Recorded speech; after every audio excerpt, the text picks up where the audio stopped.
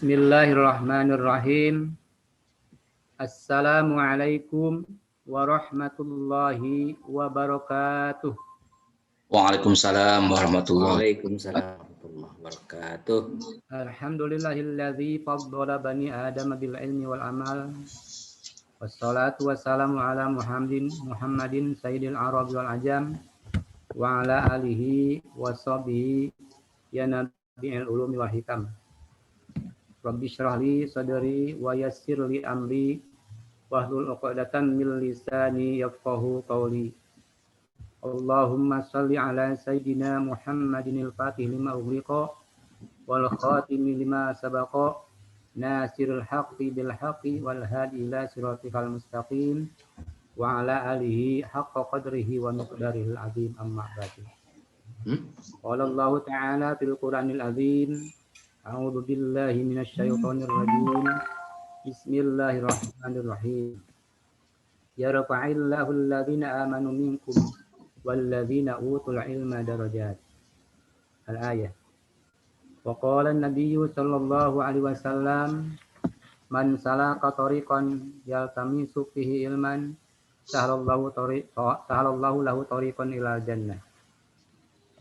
Yang terhormat Bapak Kepala Dinas Pendidikan Kota Bandung, yang saya hormati Bapak Kepala Bidang P3TK Dinas Pendidikan Kota Bandung beserta jajarannya, pada yang terhormat Bapak Kasih Pendidikan Agama Islam Kementerian Agama Kota Bandung atau yang mewakilnya dalam ini diwakili oleh Ibu Kisi, yang saya hormati Ketua MGMP SMP, yang saya hormati Ketua KKG PAI SD Kota Bandung, wabil khusus Al-Mukarram Bapak narasumber yaitu Bapak Edi Prihadi MAG CHTCL, yang saya hormati Bapak Ibu GPAI dan seluruh hadirin yang hadir di kesempatan ini, yang saya hormati. Marilah kita sama-sama panjatkan puji dan syukur kepada Allah Subhanahu wa taala. Alhamdulillah wa syukru ala ni'amillah. Pada kesempatan ini kita bisa silaturahim sekalipun melalui virtual. Mudah-mudahan tidak mengurangi rasa nilai-nilai silaturahmi ini. Mudah-mudahan Allah senantiasa tetap melimpahkan keberkahan kepada kita. Amin ya Allah ya rabbal alamin. Tidak lupa sholawat dan salam semoga dilimpah curahkan kepada junjungan kita Nabi Muhammad sallallahu alaihi wasallam, pada keluarganya, para sahabatnya, tabi'in, sampai kita sekalian. Hadirin hadirat yang saya hormati dan banggakan, alhamdulillah pada kesempatan ini kita sudah bisa bertemu kembali di acara barokah yang alhamdulillah setiap Jumat malam atau malam Sabtu kita selenggarakan atas kerjasama KKGPAI SD dengan MGMP yang dimasuri oleh Kabid P3TK Dinas Pendidikan, wabil khusus mungkin atas arahan dan bimbingan dari Bapak Kepala Dinas Pendidikan Kota Bandung beserta Kepala Kemenag Kementerian Agama Kota Bandung beserta Kepala PAIS Kemenag Kota Bandung. Hadirin hadirat yang saya hormati dan banggakan, dalam kesempatan ini, insya Allah, saya selaku pembawa acara, pertama-tama ucapkan terima kasih kepada seluruh pihak yang telah sama-sama bekerja sama, sehingga alhamdulillah acara barokah ini sudah berjalan kelima ya. Alhamdulillah dalam keadaan lancar, dan mohon maaf mungkin pada malam ini ada gangguan teknis sehingga agak terlambat, dan alhamdulillah panitia bisa segera cepat untuk mengatasinya, dan terima kasih kepada Pak Kabid P3TK Dinas Pendidikan Kota Bandung yang telah memfasilitasi sehingga alhamdulillah acara barokah ini kita akan tetap akan terlaksana dan mudah-mudahan diberikan kemudahan oleh Allah Subhanahu wa taala. Baik Ibu dan Bapak, sebelum sampai kepada acara pokok, baiklah kita sama-sama agar acara malam ini mendapatkan barokah dari Allah Subhanahu wa taala. Marilah kita sama-sama mengucapkan basmalah. Bismillahirrahmanirrahim. Selanjutnya kita akan mendengarkan lantunan ayat suci Al-Quran yang insya Allah akan disampaikan atau dibacakan oleh Al-Ustadz Haji Aceng Zainal Mustafa SAG dari SMPN 17 Kota Bandung. Untuk itu kepadanya dipersilahkan. Assalamualaikum warahmatullahi wabarakatuh. Waalaikumsalam warahmatullahi wabarakatuh. A'udzu billahi minasy syaithanir rajim.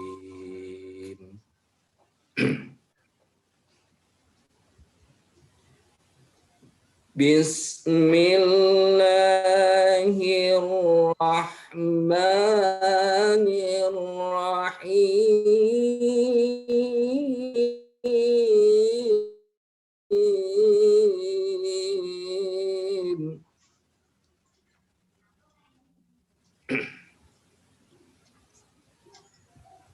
Inna fi khalqis samawati wal ardi wa ikhtilafil laili wan nahar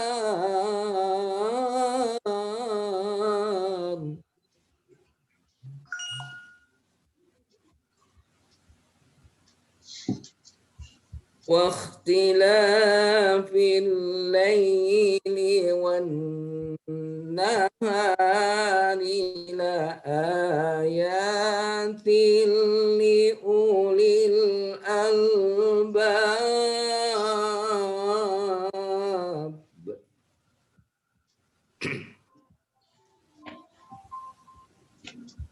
الذين يذكرون الله قياما وقعودا وعلى جنوبهم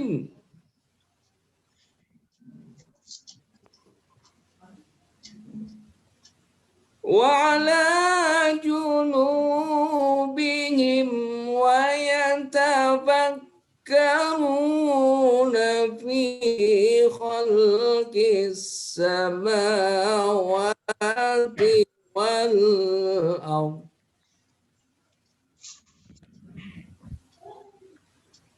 ربنا ما خلقت هذا باطلا سبحانك فقنا عذاب النار.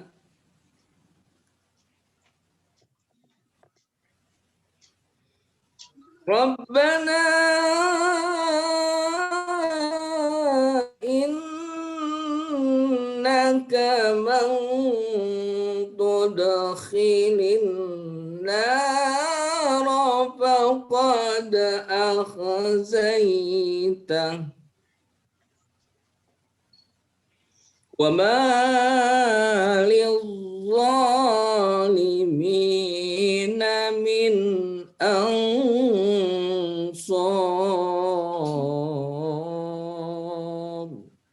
Sadaqallahul azim.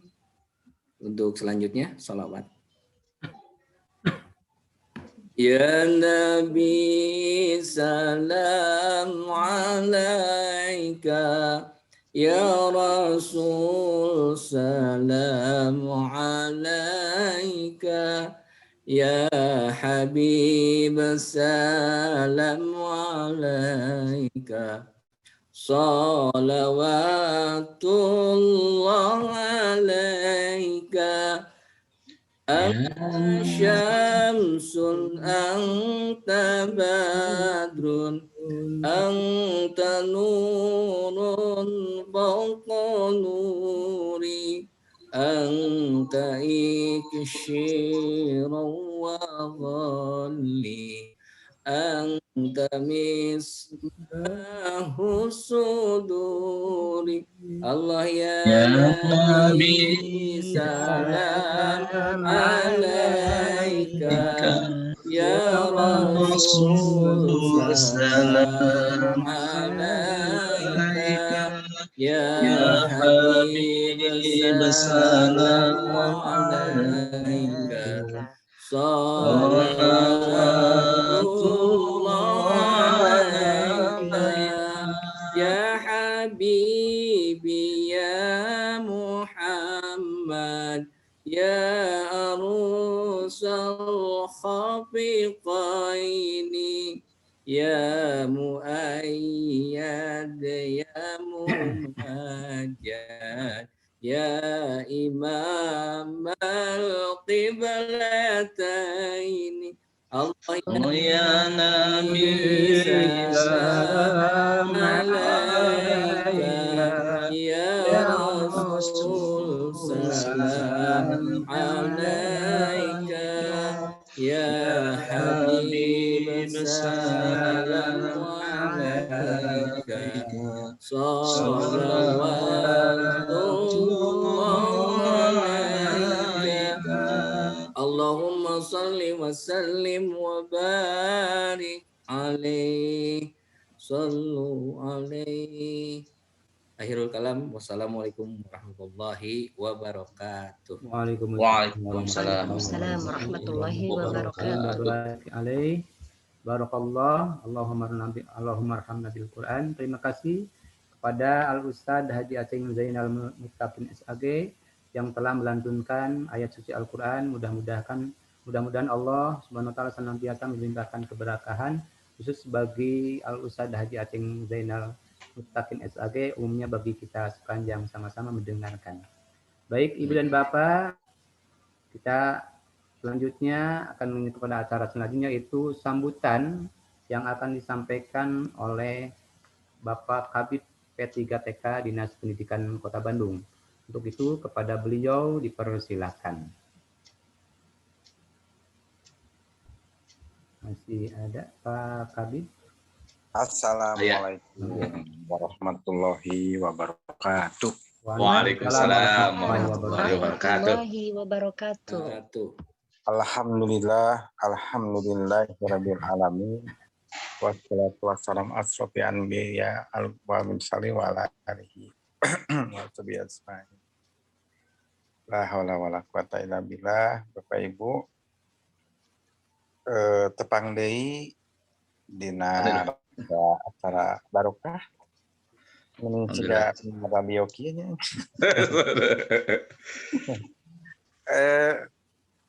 Aya kendala teknis sakedik tapi biasa di Alhamdulillah, biasa di ini. Nah, kema tiasa koordinasi sareng Bapak kasih PPSD. Siap. Nah, ieu teh ringna ling anu PPSD namun tiasa 1000 ieu mah. Mohon. Alhamdulillah. Nah, ya alhamdulillah ieu program atau ngawitan ditunggu-tunggu gitu tah. Ya, janten penten sudah merasakan para audien tentang kebermaknaan, tentang kemanfaatan dari program ini. Dan saya sangat mendukung dan mengapresiasi sekali untuk dilaksanakan setiap malam Jumat, malam Sabtu. Malam. Nah, janten silakan untuk diteruskan dan insya Allah niatan ibadah mudah-mudahan menjadi amal soleh bagi penggagas acara ini, bagi panitia, bagi para narasumber, dan bagi para audien yang berada yang ikut dalam kegiatan barokah ini. Dan terima kasih sekali lagi kepada para narasumber yang bersedia untuk berbagi ilmunya dengan kami, dan mudah-mudahan terus tetap bersemangat meskipun kita bertemu di virtual, tetapi tidak mengendorkan, tidak mengurangi rasa hikmat kita untuk tetap bersilaturahmi. Itu saja yang bisa saya sampaikan. Terima kasih bagi seluruhnya yang mendukung dan aktif dalam kegiatan ini. Wabillahi taufiq wal hidayah wal inayah. Wassalamualaikum warahmatullahi wabarakatuh. Hatur nuhun. Waalaikumsalam warahmatullahi wabarakatuh. Hatur nuhun, terima kasih Pak Kabid P3TK Dinas Pendidikan Kota Bandung yang telah memberikan motivasi kepada kita. Mudah-mudahan terus dan alhamdulillah beliau selalu intens untuk membimbing kita dan memberikan arahan kepada kita. Terima kasih Pak Kabid. Hadirin yang saya hormati, baiklah kita lanjutkan kepada acara yang ditunggu-tunggu oleh kita. Kami silakan kepada narasumber kita yang sudah tidak asing lagi. Beliau adalah Bapak Edi Prihadi MAG THTCL. Beliau adalah salah satu penyusun buku juga ya. Dan baiklah beliau yang akan disampaikan, tema yang akan disampaikan beliau itu pada saat ini adalah level jiwa. Nah, seperti apa itu level jiwa? Mungkin kita sudah mungkin bisa meraba-raba jiwa sebagainya. Karena manusia itu adalah makhluk yang belum dikenal, yang paling tidak dikenal dan tidak dikembangkan oleh potensi ruhaniahnya. Maka pengetahuan tentang manusia demikian itu disebabkan karena manusia adalah satu-satunya makhluk yang dalam unsur penciptaannya terdapat ruh ilahi. Itu sedangkan manusia itu tidak akan diberi pengetahuan dan tidak diberi pengetahuan tentang ruh kecuali hanya sedikit. Bagaimana firman Allah SWT dalam Al-Quran surat Al-Isra ayat 85 yaitu A'udzubillahi minasyaitonirrajim bismillahirrahmanirrahim wa yas'alunaka 'anir ruh qulir ruh min amri rabbi wa ma utitu min ilmi illa qalila. Dan mereka bertanya kepada Muhammad, ruh, katakanlah ruh itu termasuk Tuhanku sedangkan kamu diberi ilmu hanya sedikit. Baik, sebelum kita berlanjut kepada materi yang akan disampaikan oleh narasumber, saya akan membacakan terlebih dahulu adalah profil beliau atau kurikulum PT-nya, yaitu nama beliau adalah Bapak Edi Prihadi MAG THTCL, lahirannya Bandung 25 Desember 1973, masih muda beliau. Beliau adalah S3 UIN Sunan Gunung Jati, Bandung. Nah, beliau juga adalah guru PAI SMA Negeri 26 Kota Bandung. Kemudian yang kedua adalah beliau juga termasuk narasumber nasional. Yang ketiga, beliau juga sebagai ketua MGMPPAI SMA Kota Bandung.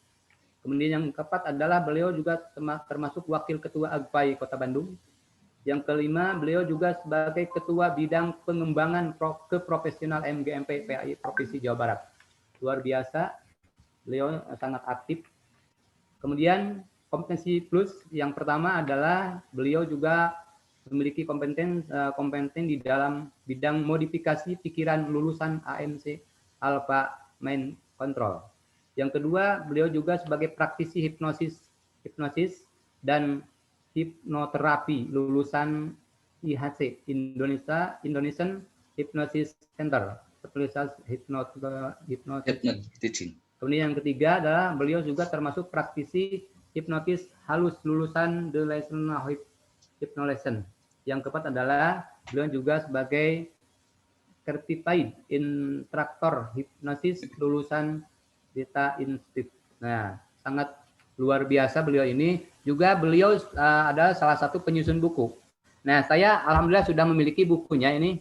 Judulnya adalah Pembelajaran Abad 21. Ini saya sudah memiliki bukunya. Silakan mungkin di antara ibu bapak yang mau memiliki buku ini, murah bukunya. Ya, bisa langsung menghubungi beliau. Isinya di sini ada integrasi literasi PPK dan 4C.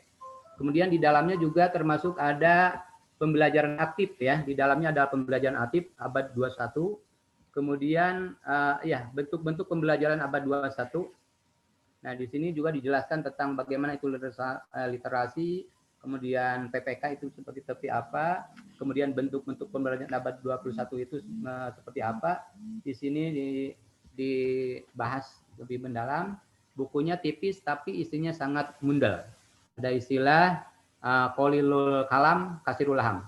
Jadi bicaranya sedikit tapi isinya padat. Nah, ini insya Allah ini silakan ibu bapak kalau misalnya memerlukan buku ini. Maaf ini saya tidak ada apa-apa ya, bukan tidak disuruh, hanya mungkin saya inisiatif sendiri karena saya sudah memiliki bukunya dan buku ini sangat menarik apalagi untuk guru. Di sini kan karena dibahas metode juga pembelajaran. Bisa dimiliki langsung saja ke beliau.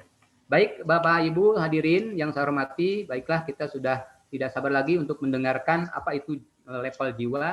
Insyaallah akan disampaikan oleh beliau. Untuk itu kepada beliau Bapak Edi Prihadi MAG TSL dipersilakan. Assalamualaikum warahmatullahi wabarakatuh. Waalaikumsalam warahmatullahi wabarakatuh.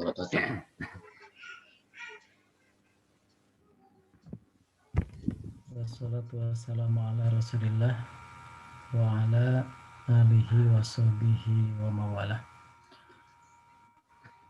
Teman-teman sekalian yang saya hormati dan saya banggakan,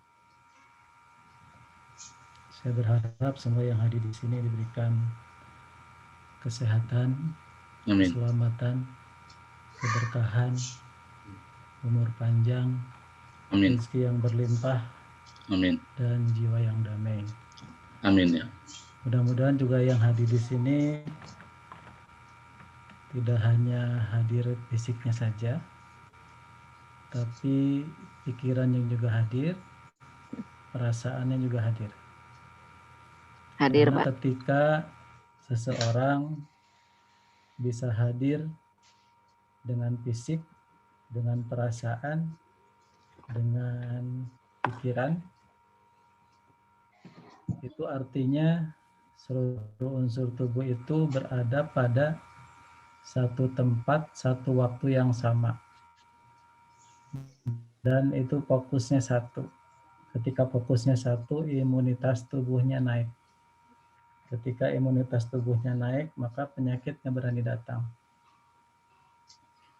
Tapi ketika yang hadirnya tubuhnya aja, pikirannya di mana, perasaannya di mana, itu komponen tubuh menjadi multitasking.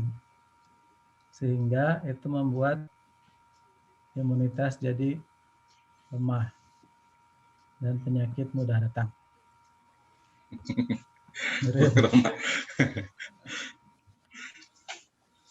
Baik teman-teman sekalian,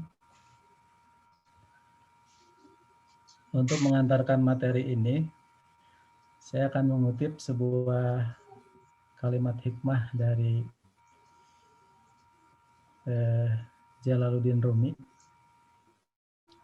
Jalaluddin Rumi itu dia seorang sufi besar yang tidak hanya dikagumi oleh umat Islam, tapi juga dikagumi di luar umat Islam. Bahkan di barat itu yang namanya Jalaluddin Rumi itu diidolakan. Bahkan sampai ada peringatan Hari Rumi sedunia.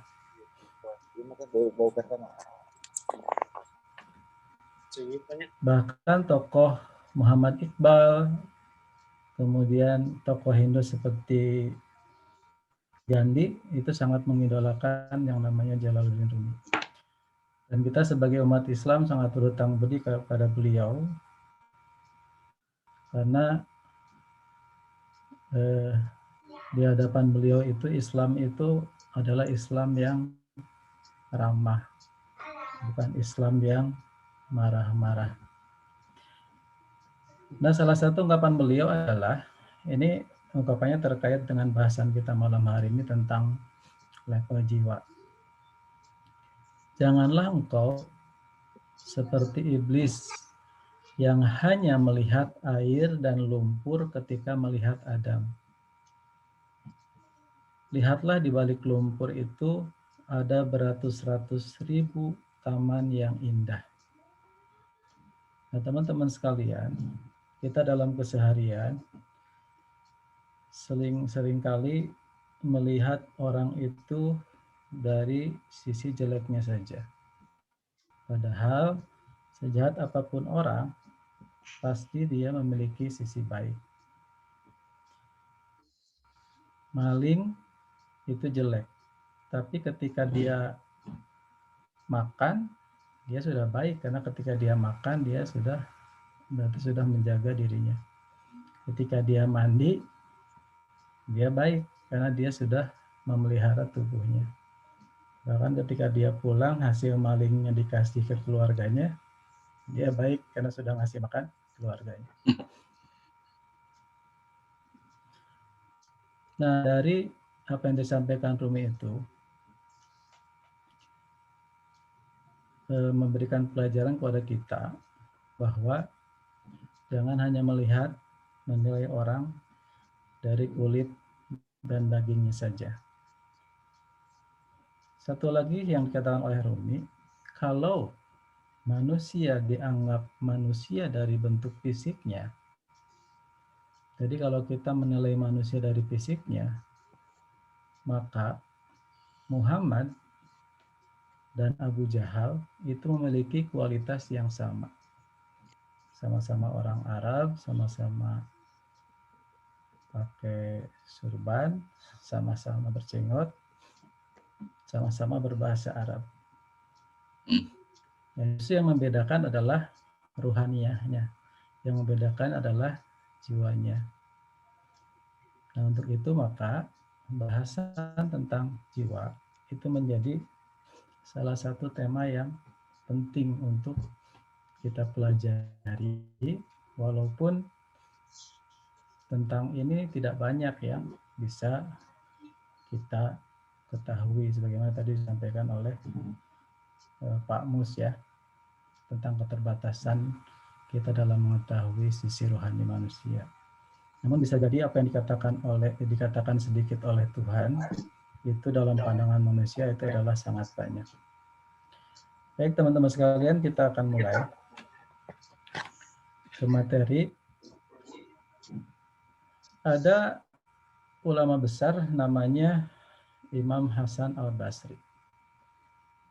Beliau pernah berkata, manusia itu akan tetap berada dalam kebaikan sepanjang dia mau menasihati dirinya sendiri dan mau memuhasabah dirinya sendiri. Nah, seringkali kita begitu mudah menilai orang lain. Kita jarang menengok ke dalam diri kita sendiri. Bahkan dalam kalimat yang lain, Imam Hasan Al-Basri mengatakan bahwa tidak akan sampai kepada derajat ketakwaan seseorang selama ia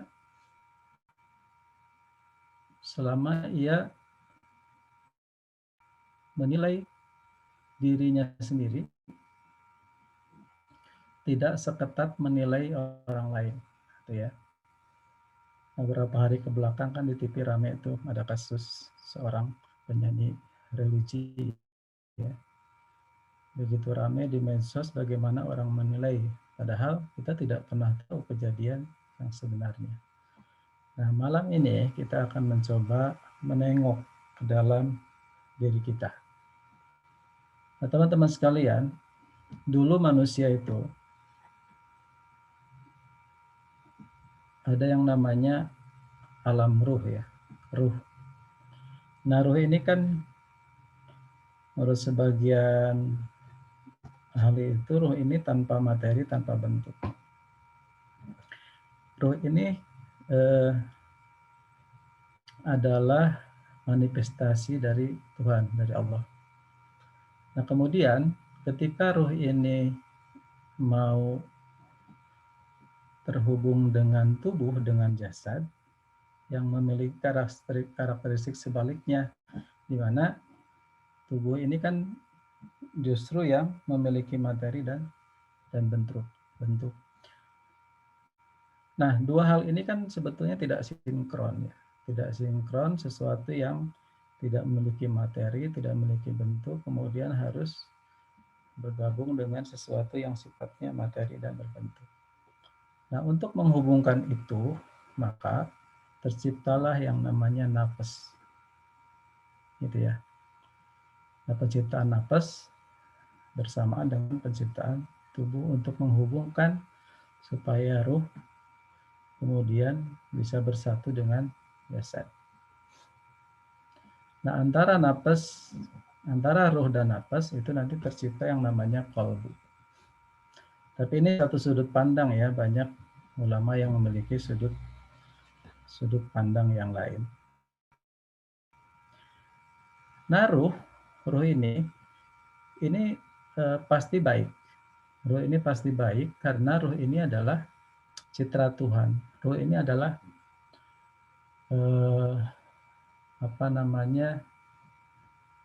manifestasi Tuhan yang nanti di dalam diri manusia. Di mana ruh ini, kalau dalam Al-Quran itu kan ada wa'allama adamal asma. Nah, wa'allama adamal asma ini sebagian menafsirkan bahwa ketika Allah meniupkan ruh ke dalam jasad manusia itu yang ditiupkan itu adalah nama-nama Tuhan yang 99. Maka kemudian ketika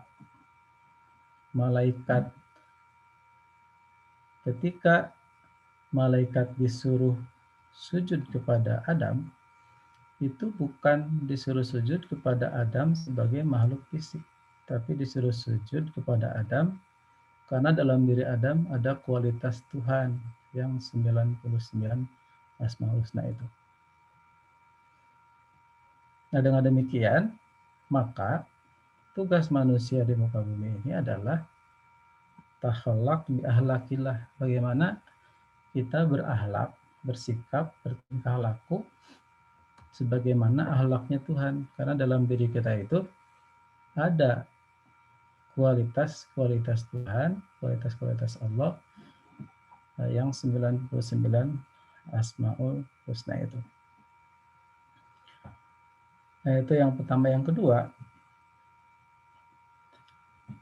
napas atau jiwa. Nah, napas ini sebetulnya sebuah tantangan.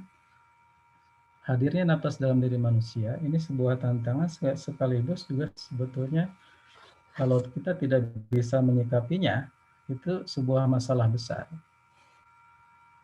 Karena nanti yang kena taklif, yang kena pembebanan hukum itu ya napas ini.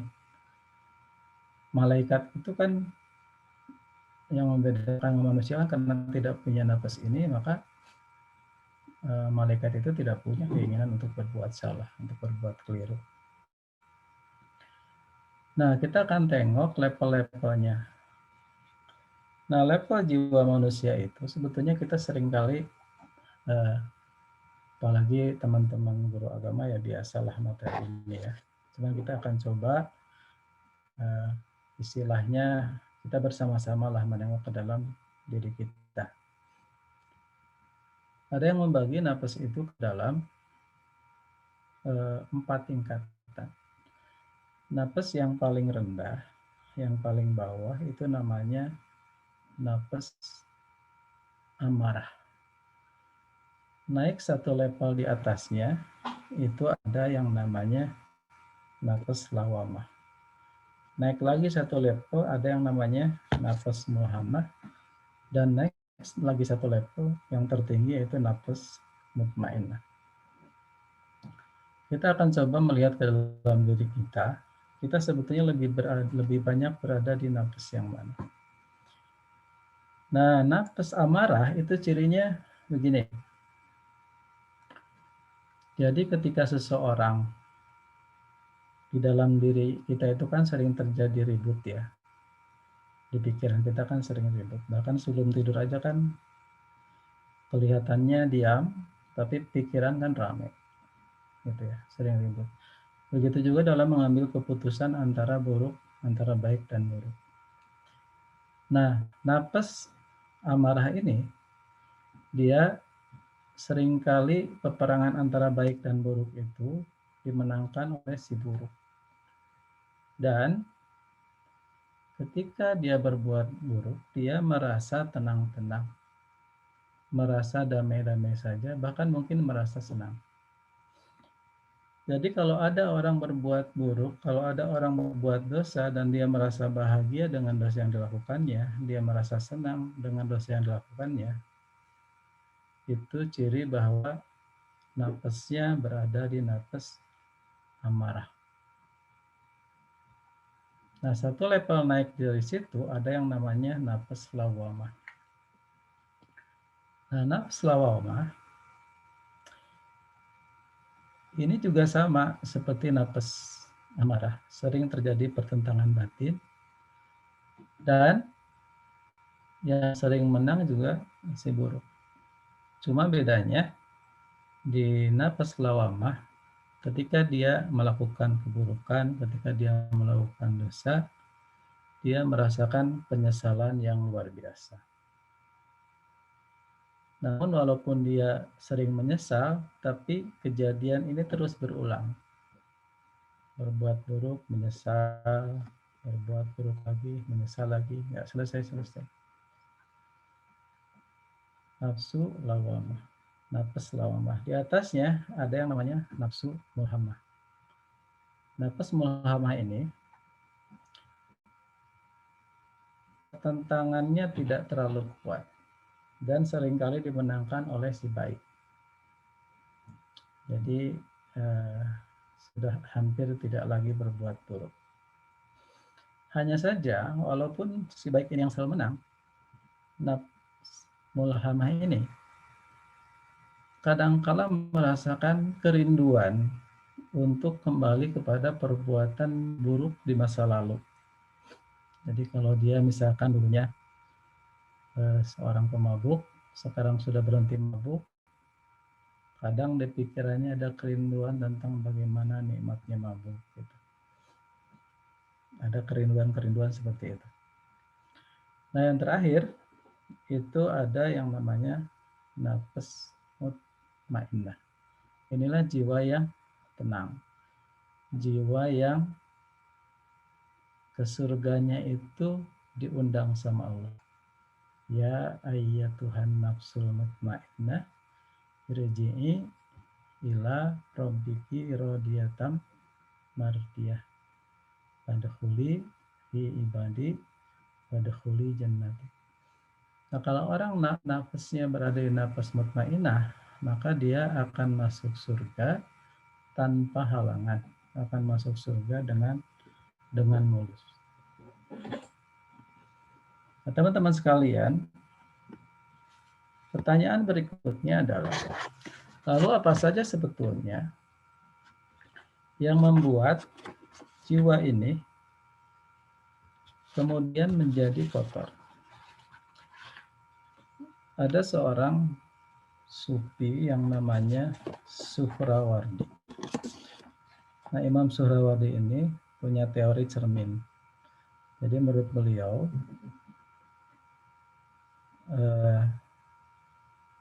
manusia itu cerminnya, dan matahari itu adalah Allahnya. Jadi ketika cermin dihadapkan ke matahari, maka di dalam cermin itu akan tampak gambar matahari. Ketika cermin itu dihadapkan pada Allah, maka akan tampak lafaz Allah di cermin itu. Namun cermin itu hanya bisa memantulkan secara sempurna jika cermin itu bersih. Maka tugas kita adalah bagaimana membersihkan cermin itu dari kotoran-kotoran. Rasulullah Muhammad SAW adalah sosok yang memiliki kemurnian jiwa, sehingga cermin beliau itu adalah sangat bersih.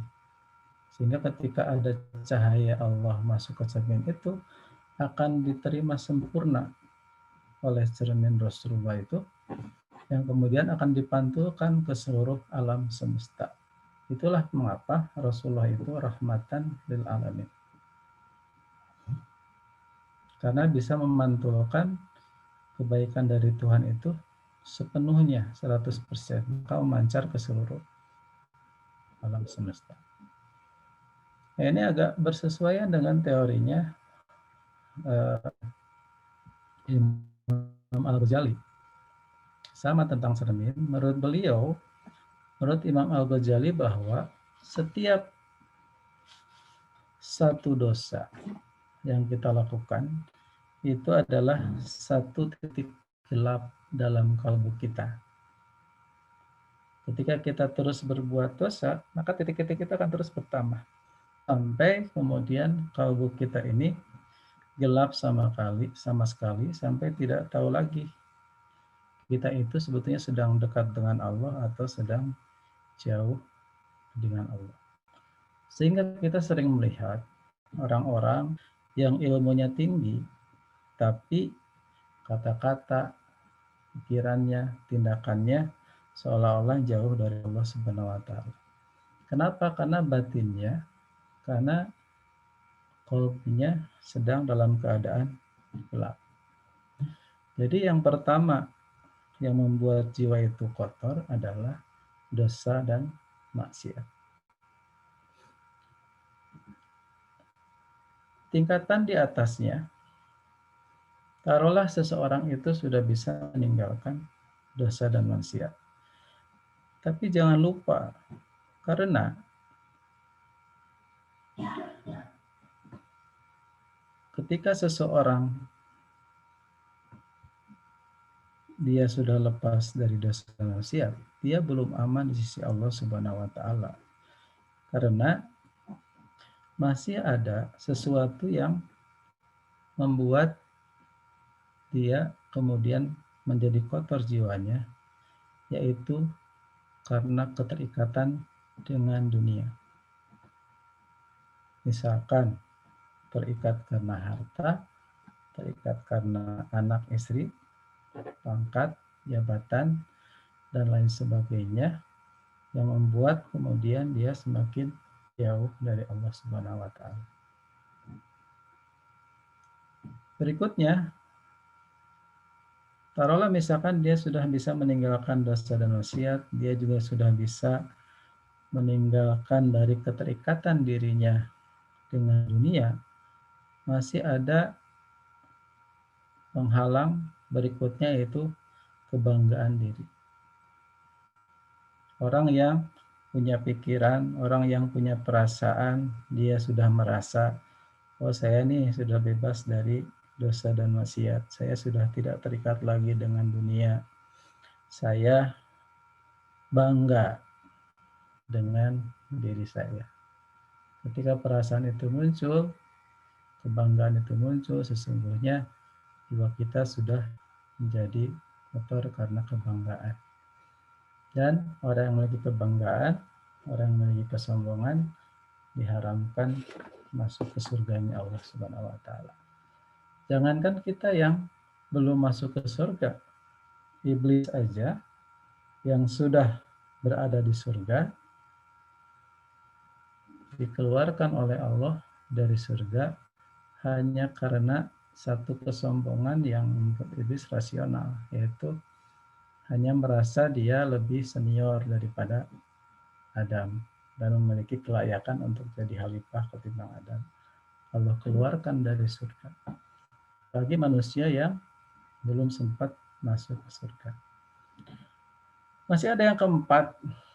Anggap saja dosa dan maksiat sudah kita tinggalkan, keterikatan dari dunia juga sudah kita bisa melepaskan diri, kita juga tidak merasakan kebanggaan. Ada satu lagi, yaitu sesat, karena seseorang kotor jiwanya karena sesat orientasi. Seperti apa? Misalnya seperti ini. Kita misalkan rajin sedekah, kita tekun bersedekah. Kemudian kita bebas dari dosa, tidak terikat dengan dunia, tidak membanggakan diri. Akhirnya Allah memberikan kepada kita rezeki yang banyak. Rezeki oleh Allah dilipat gandakan. Kemudian muncul di pikiran, wah ini sedekahku membuat rezekiku tambah banyak.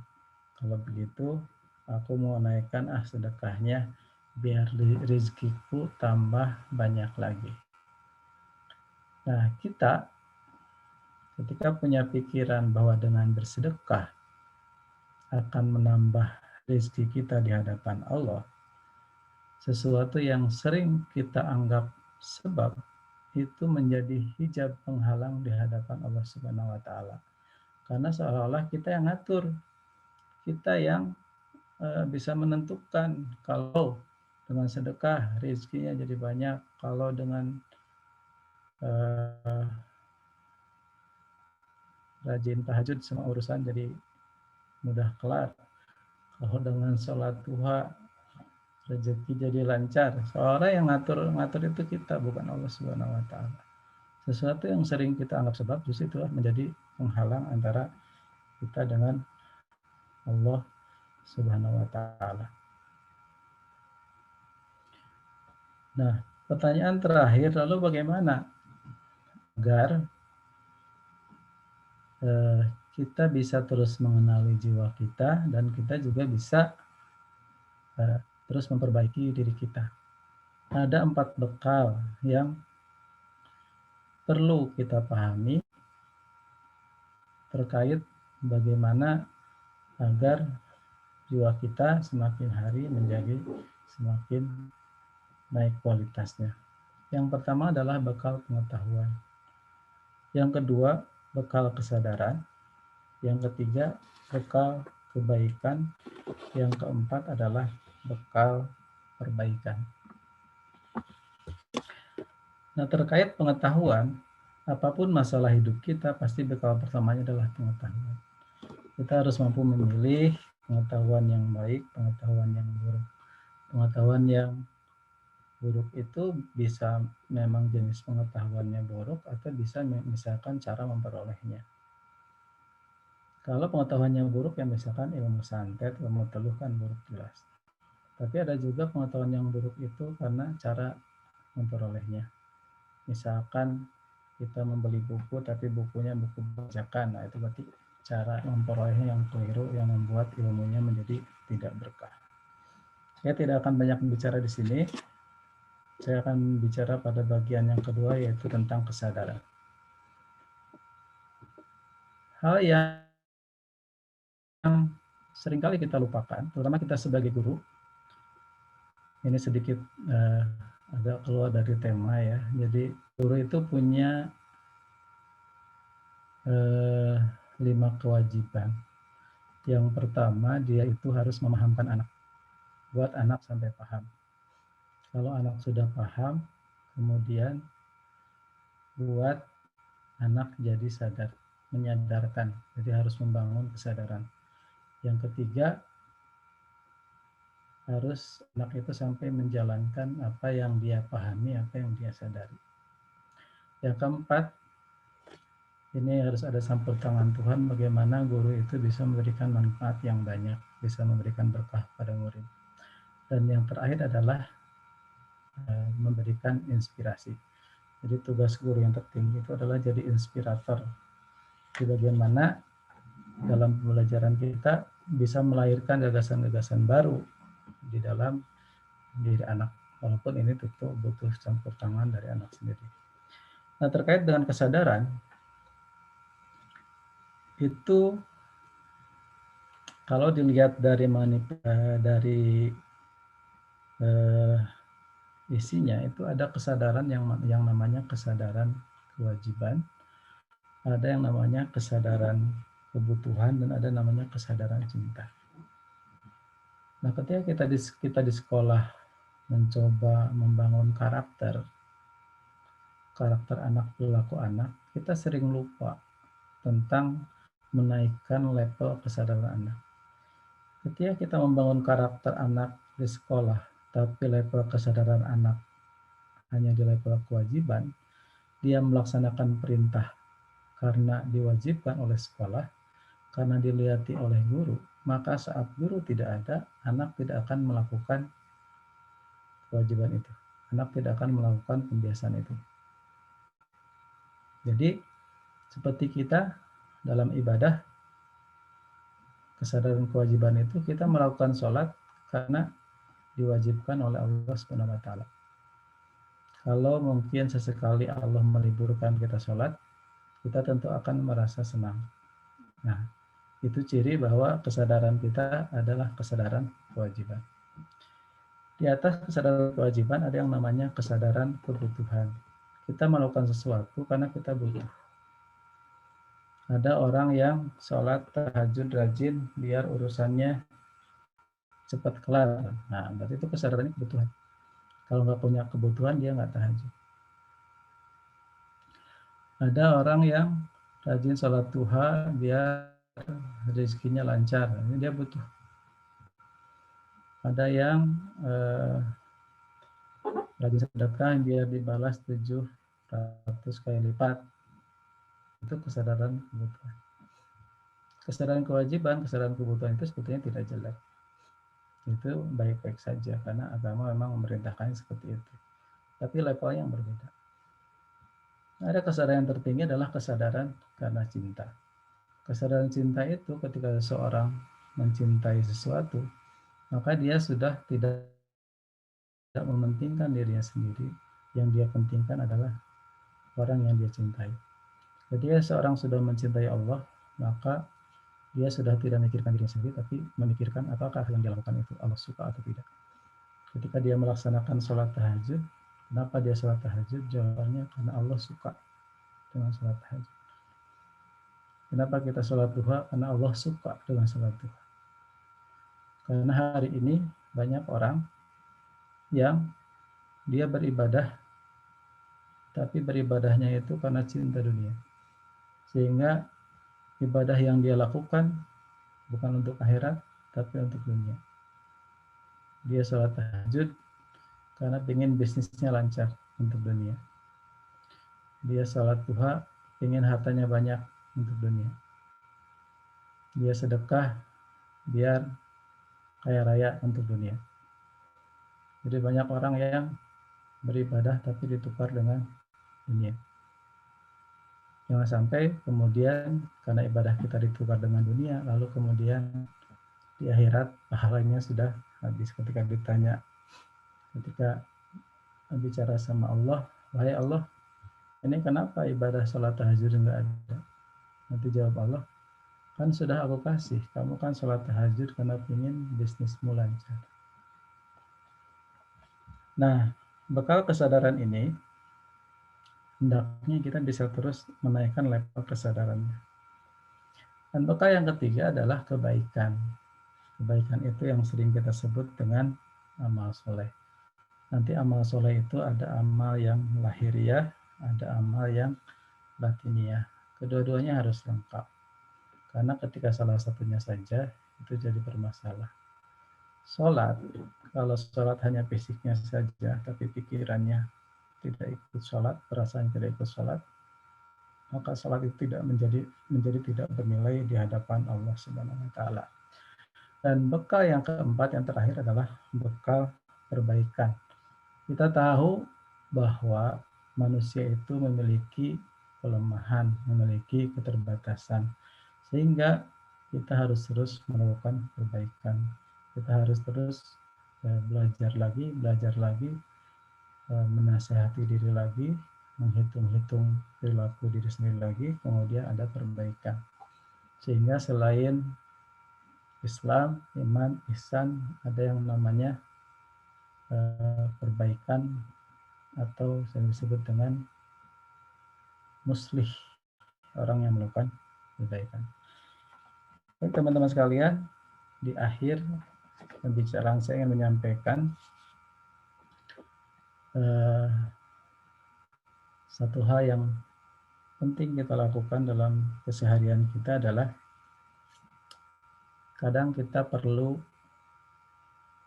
kesendirian. Kenapa? Karena silent is healing. Ketenangan itu menyembuhkan. Kediaman itu menyembuhkan. Kadang pikiran kita itu sering rame, terus bahkan ketika akan tidur aja sering rame ya. Kita perlu menyisihkan waktu 10 menit, 20 menit, atau 30 menit sehari dalam kesendirian, sehingga kita bisa menengok ke dalam diri kita. Kita bisa menengok ke dalam jiwa kita. Kita sudah berada di mana, karena perjalanan kita itu kan sebetulnya perjalanan ilaihi raji'un. Jadi kalau misalkan perjalanan dari Bandung Jakarta, kita harus selalu cek apakah jalannya sudah pas, apakah arahnya sudah benar ke Jakarta gitu ya. Jangan-jangan kita salah arah, jangan-jangan kita tersesat. Dan sebagai penutup, apapun yang kita lakukan, jangan pernah berputus asa. Rumi Jalaluddin Rumi pernah berkata seperti ini, jika engkau belum mempunyai ilmu, engkau hanyalah memiliki prasangka, maka milikilah prasangka yang baik tentang Tuhan. Begitulah caranya. Jika engkau hanya mampu merangkak, maka merangkaklah kepadanya. Jika engkau belum mampu berdoa dengan khusyuk, tetaplah persembahkan doamu yang kering, doamu yang munafik, doamu yang tanpa keyakinan itu. Karena Tuhan dengan rahmat-Nya akan tetap menerima uang palsumu. Jika engkau masih memiliki 100 keraguan mengenai Tuhan, maka kurangilah menjadi 99 saja. Begitulah caranya, wahai para pejalan. Biarpun telah 100 kali engkau ingkar janji, ayolah datang dan datang lagi. Demikian yang bisa saya sampaikan, mudah-mudahan ada guna dan manfaatnya. Billahi taufiq wal haq. Allahumma waffiq ila aqwamit thariq. Assalamualaikum warahmatullahi wabarakatuh. Waalaikumsalam warahmatullahi wabarakatuh. Alhamdulillah, terima kasih Pak Edi, Pak Dr. Edi atas tausiahnya. Jelas kalau kita simpulkan sedikit, kita simpulkan saja bahwa betul-betul apa yang disampaikan oleh beliau itu betul-betul kembali kepada diri kita, apakah jadi kembali muhasabah kita sudah sampai di mana level kita, jiwa kita ya. Terlebih di masalah nafs tadi, level kita sudah apakah masih di level 1, 2, 3 atau 4. Mungkin saja kita masih di level 1 di level di level akhir ya, atau di amarah mungkin. Kemudian termasuk mungkin kita dalam melaksanakan sesuatu khususnya ibadah masih kita masih ada embel-embel, belum ada kesadaran diri atau keikhlasan sendiri, bahkan mungkin apa yang kita lakukan itu selalu dikait-kaitan dengan sesuatu. Tadi yang disampaikan oleh beliau, kalau sodako ingin kaya, kalau sholat duha ingin kaya, itu salah satunya. Mungkin itu yang perlu kita muhasabah diri, perlu renungkan dalam hati kita masing-masing. Mudah-mudahan kalau itu demikian, hati kita tetap mudah-mudahan diberikan pertolongan, petunjuk oleh Allah SWT, sehingga kita walaupun masih level seperti di bawah, tapi kita tetap masih bisa menjalankan perintah Allah Subhanahu wa taala.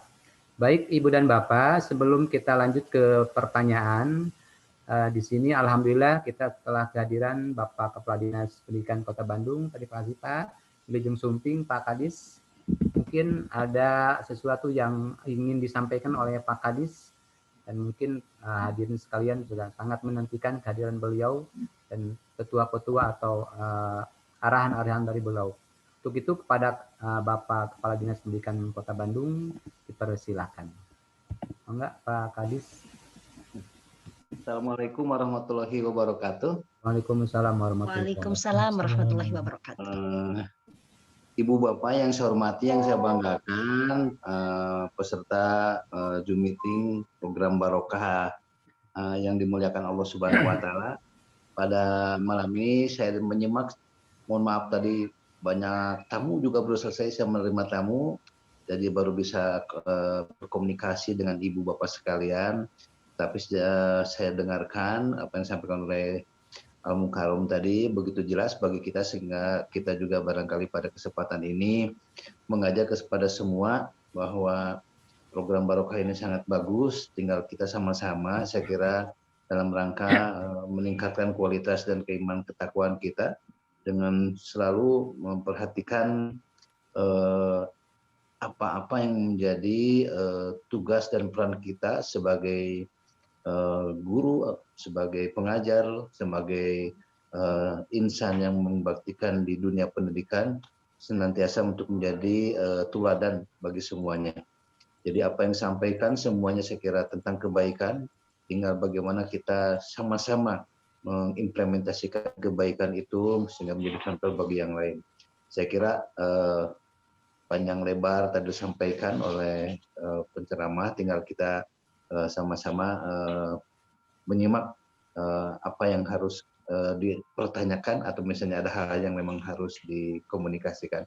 Saya aturkan selamat kepada semua. Terima kasih untuk tetap setia dengan program Barokah ini. Mudah-mudahan semuanya diberkahi oleh Allah Subhanahu wa taala. Terima kasih. Mohon maaf atas kekurangan. Saya akan mendengarkan semuanya. Bila taufiq wal hidayah. Wassalamualaikum warahmatullahi wabarakatuh. Waalaikumsalam warahmatullahi wabarakatuh. Atur nuhun Pak Kadis, terima kasih atas khidmatnya. Tetap beliau tetap menyemangati kita. Insya Allah tetap beliau akan terus menyertai kita. Baik Ibu dan Bapak, kita lanjutkan mungkin apa yang disampaikan oleh narasumber tadi, Bapak Ustadz Edi. Mungkin silakan Pak Gansa, siapa yang akan bertanya? Dibacakan saja.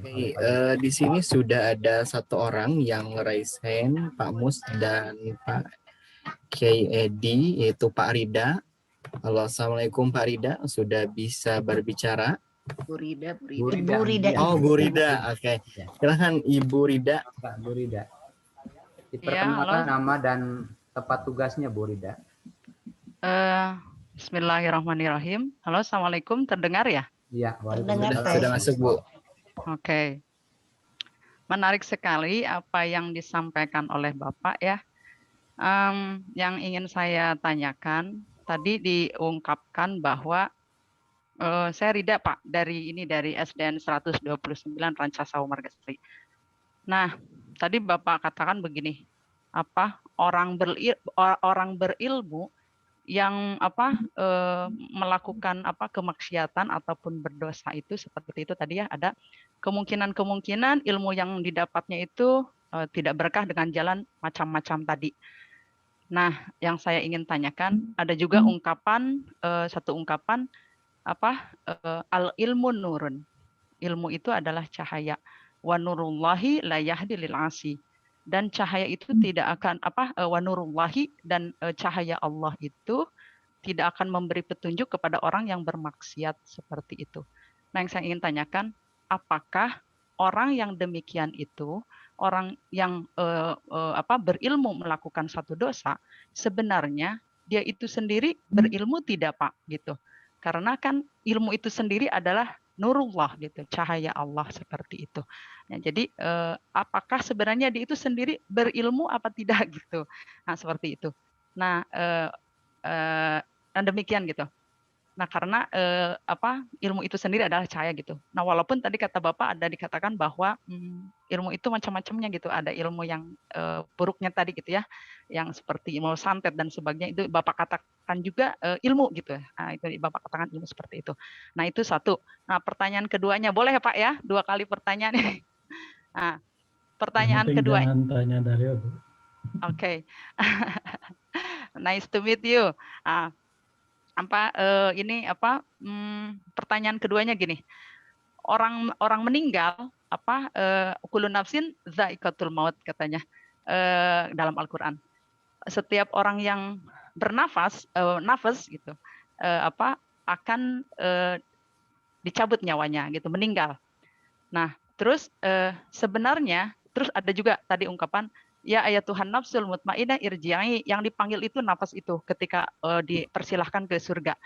Nah, yang ingin saya tanyakan, apakah ketika nanti dibangkitkan itu nafas, ruh dan fisiknya itu memang itu yang dibangkitkan, atau nafasnya saja karena yang dipanggil itu nafas itu gitu, ataukah nafasnya dengan ruhnya itu gitu.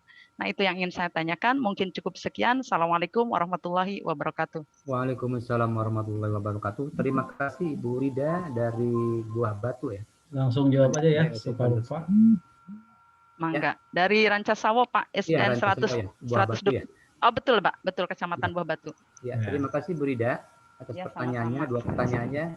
Silakan untuk Pak narasumber untuk dijawab langsung saja. Oke ya. Saya kalau nggak bisa akan jawab nggak bisa.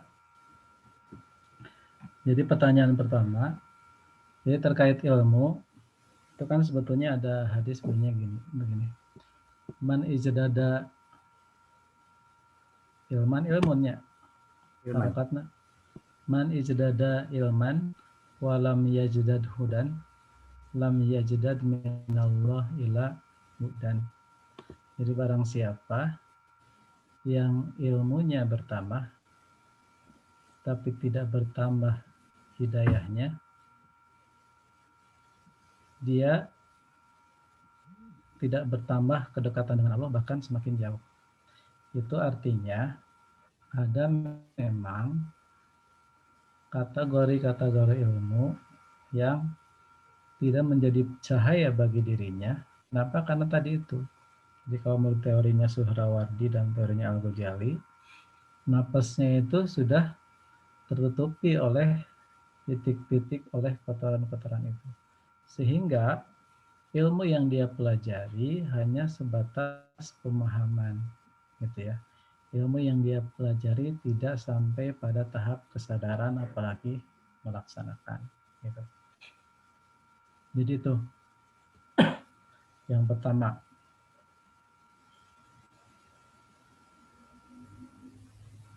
Jadi kategorinya dia tetap berilmu. Cuman ilmunya karena kondisi jiwanya yang bermasalah, ilmu yang dia peroleh tidak menambah ketaatan dia kepada Allah Subhanahu wa taala. Karena si ilmunya itu tidak bisa diserap oleh jiwanya secara sempurna. Jadi kalau teorinya Imam Al-Ghazali itu sudah banyak kotoran dalam jiwanya dalam bentuk dosa-dosa maksiat atau mungkin aja kesombongan dan lain sebagainya. Nah, pertanyaan yang kedua, tuh pohon muka dua tadi. Tentang manusia, setiap manusia itu akan mesti mati ya. Apakah nanti ketika meninggal dunia orang itu dalam nafsu mutmainah tadi itu? Ya. Ini memang para ulama berbeda pendapat ya. Tapi kalau Ahlus Sunnah diwakili oleh Imam Al-Ghazali bahwa yang akan dibangkitkan itu tidak hanya nafas, tidak hanya ruh, tapi juga dengan fisiknya gitu. Tapi kalau saya salah, menurut Ibnu Arabi yang dibangkitkan itu napasnya aja. Kenapa napasnya aja? Pertama yang dipanggil itu napas, yaitu nafsu mutmainah. Yang kedua, fisik kita kan waktu di dunia kan sudah hancur, gitu ya.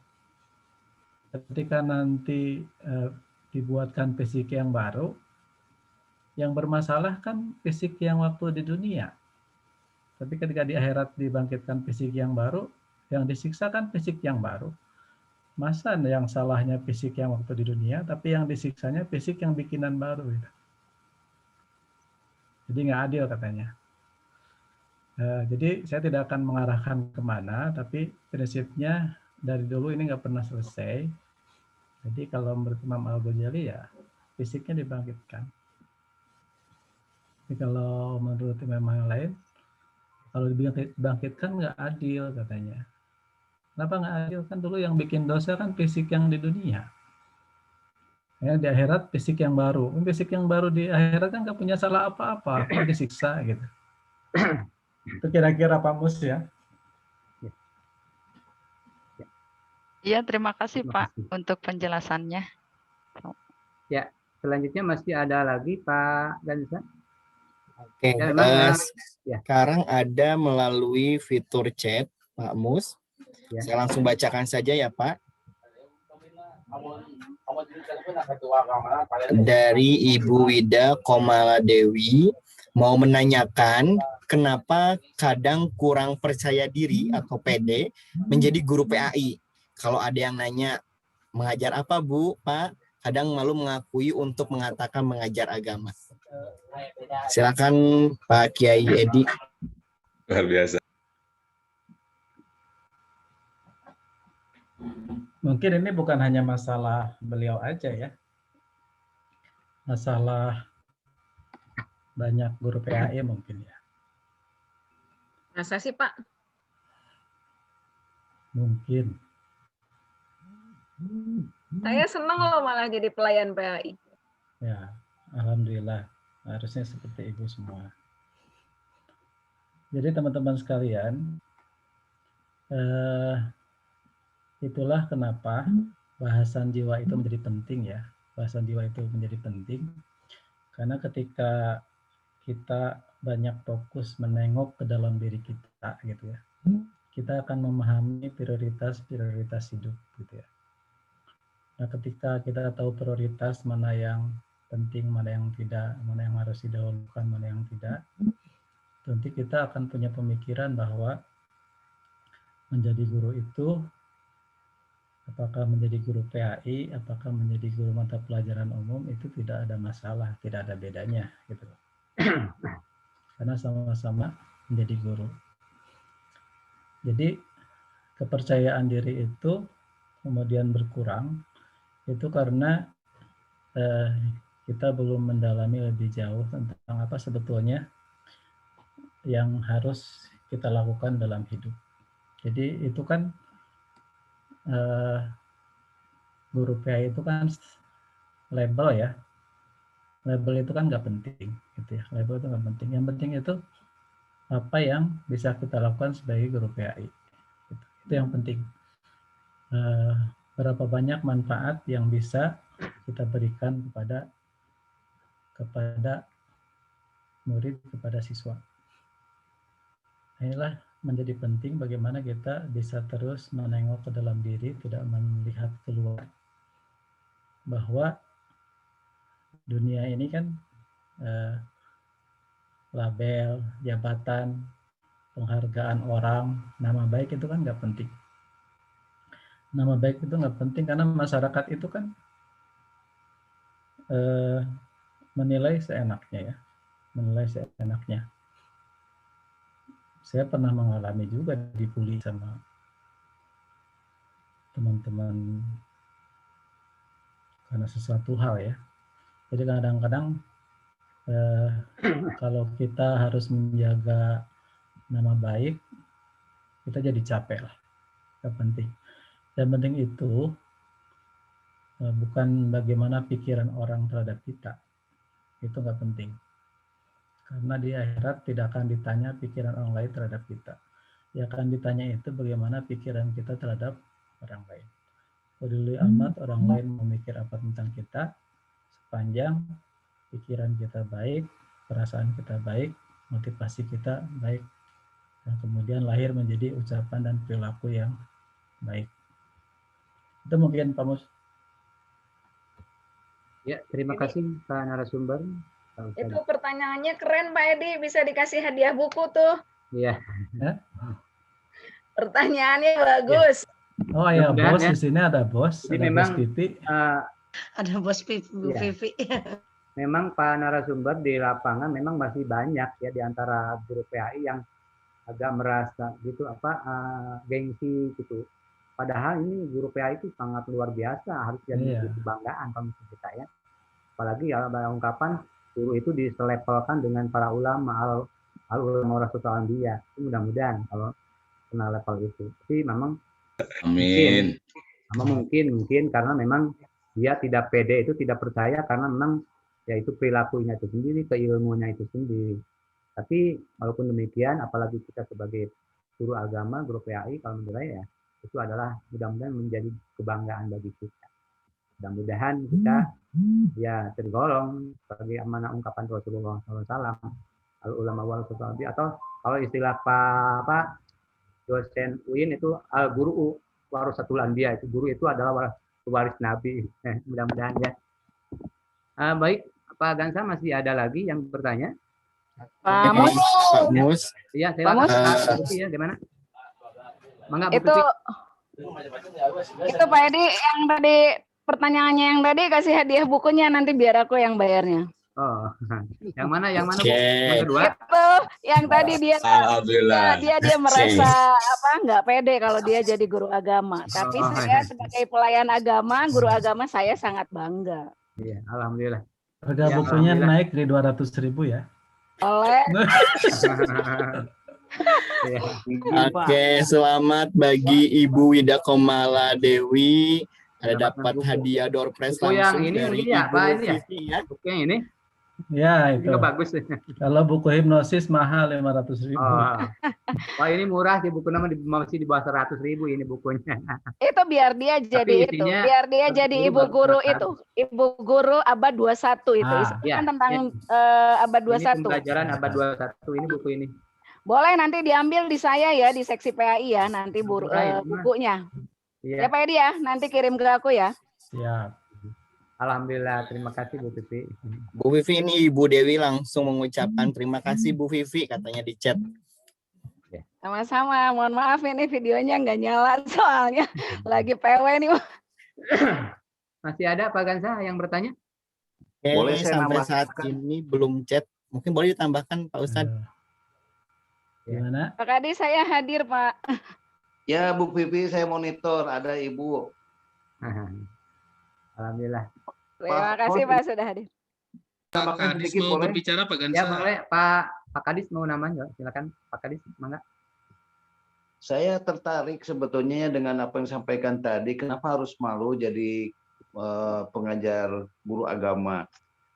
Saya pernah di asesmen oleh psikolog dan saya ditanya, Pak Hikmat, seandainya Pak Hikmat diberikan kesempatan lagi muda, apa yang akan Pak Hikmat lakukan? Saya katakan saya akan sekolah di pesantren sampai tamat. Rupanya pertanyaan jawab pernyataan saya mencengangkan mereka juga loh. Kenapa? Nah, saya sederhana saja menyapa dengan logika. Buktinya sekarang ketika bapak-bapak sudah pensiun kumpulnya di masjid. Saya bilang malu nanti kita datang di masjid, ilmu kita tidak kita miliki pengetahuan tentang agama. Sudah pensiun, sibuk dengan kegiatan di birokrasi misalnya, tapi begitu di masjid tidak tahu apa-apa. Malu kita punya turunan, punya anak, punya cucu. Kan ingat saya bilang dalam surat An-Nisa juga, dan hendaklah takut pada Allah orang-orang yang seandainya meninggalkan di belakang mereka anak-anak yang lemah. Saya kira itu kan jadi pemikiran kita. Nah ini bahkan saya mengutip juga pernyataan Bapak Profesor Habibie ya, almarhum itu. Betapa beliau kesepian di kala masa tuanya. Dia ternyata butuh orang-orang yang memang memiliki kemampuan agama yang baik. Saya hanya menyemangati kepada semuanya, tetap bersemangat. Anda itu lebih bagus daripada yang lain. Terima kasih. Ya, terima kasih hatur nuhun Pak Kadis. Luar biasa. Lanjutkan. Masih ada Pak Gansa yang mau bertanya? Masih waktunya masih ya baru 9:30. Masih ada? Oke, sampai saat ini belum ada, tapi tadi Ustadz Edi mau menambahkan, silakan Ustadz. Oh iya, silakan Pak Ustadz Edi. Namain mana ya? Halo? Iya, lanjutkan Pak Ustadz Edi. Oke, ini Ibu Rida raise hand kembali. Bagaimana Ibu? Ada yang ingin menambahkan? Sebentar Bu. Oke, silakan. Halo Ibu, Assalamualaikum. Waalaikumsalam. Soalnya seru ini. Saya senang sekali kalau membahas yang seperti ini. Ya suka aja gitu. Jadi main apa sih mengasah otak kalau kata saya begitu. Jadi kalau sayanya gitu, untuk sayanya gitu. Jadi suka gitu. Pengetahuan juga untuk sayanya. Nanti jadi lupa lagi tuh bertanya apa tadi teh. Oh, aduh Pak. Apa ya? Ya, nanti ini saya ini lagi. Ini jadi muncul hilang lagi gitu. Karena jadi kebetulan saya tuh gini Pak. Kebetulan saya tuh suka gitu kalau yang namanya kajian-kajian seperti ini suka. Jadi buat saya menambah pengetahuan buat saya mah karena tertuntut Pak. Jadi guru agama itu berat buat saya gitu. Beratnya kenapa? Jadi nah, contoh aja sekarang mau lomba itu kita dituntut banyak kemampuan yang mesti kita bisa.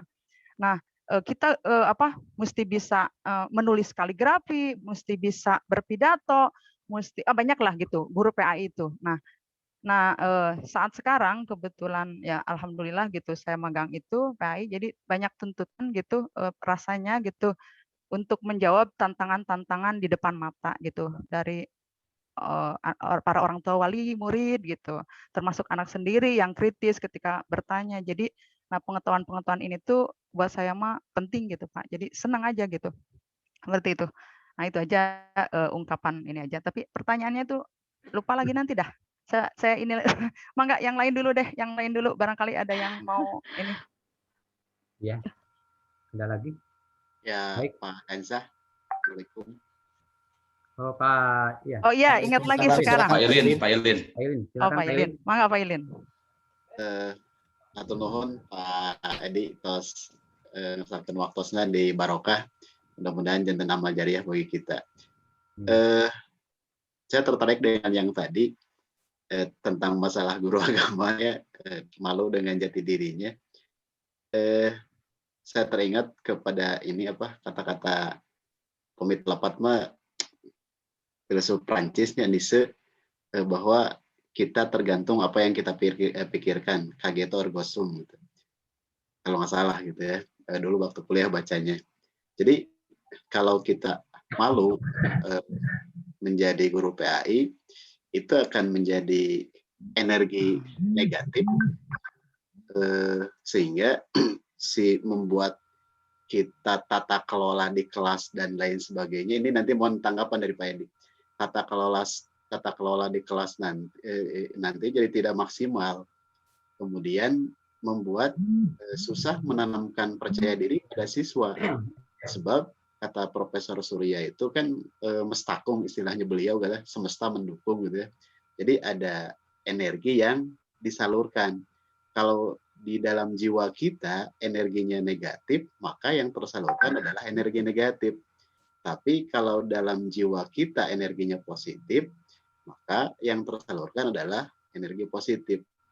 Contoh aja, ketika kita masuk ke kelas atau menyampaikan sesuatu pada jamaah, pada ibu-ibu, semangatnya tidak melulu dengan gaya bicara yang begebu-gebu, tapi dia semangat, maka itu akan memancing jamaah atau anak-anak untuk semangat. Tapi ketika kita masuk kelas atau memberikan sesuatu dengan ya tidak ada semangat, materinya bagus tapi tidak ada semangat dalam jiwanya untuk berbagi karena Allah, maka akan tertangkap seperti itu.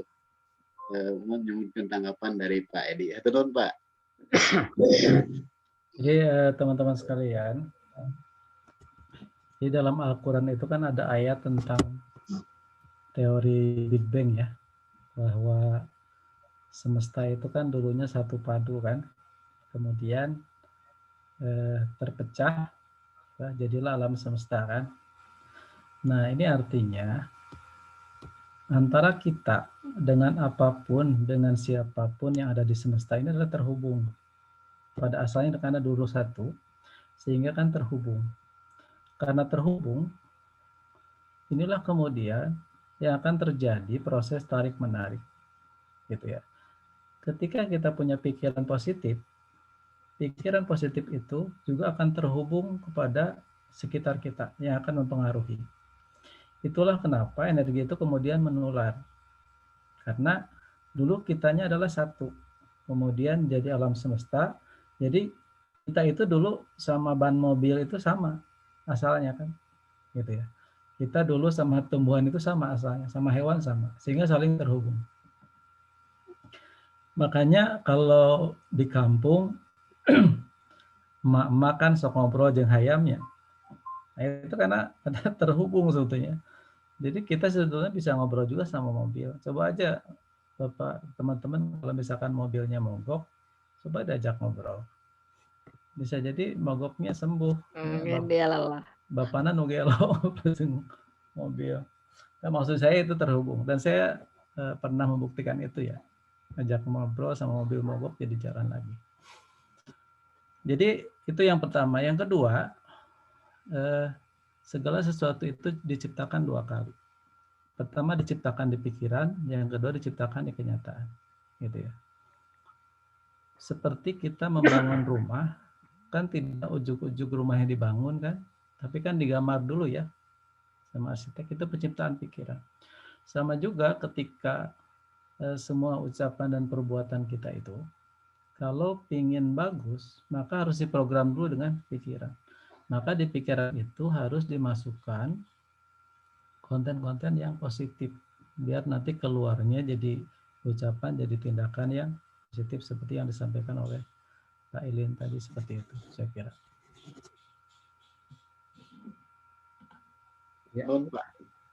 Ya, terima kasih Pak Ustadz Edi.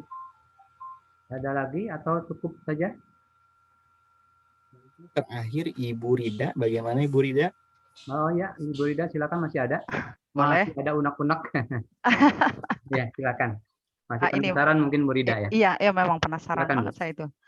Ini Pak, tadi katanya kalau kita minta sesuatu sama Allah, mau sholat, mau bersedekah, karena tujuannya dunia, maka akan dikurangi katanya pahalanya itu kelak di akhirat.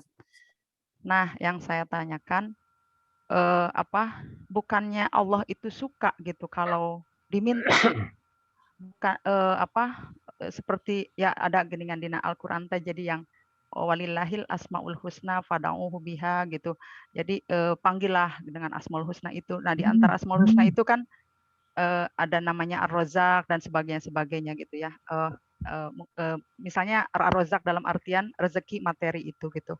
Nah, ketika kita minta berupa materi itu, nah itu kan Allah yang nyuruh gitu. Nah, nanti kita bisa balik tanya lagi nanti sama Allah. Kenapa dikurangi misalnya itu pahalanya? Nah, seperti itu. Kalau misalnya Allah sendiri yang perintahkan untuk itu gitu. Dan satu lagi geningan yang carilah dunia carilah dunia itu seakan-akan kamu akan hidup selamanya. Nah, seperti itu.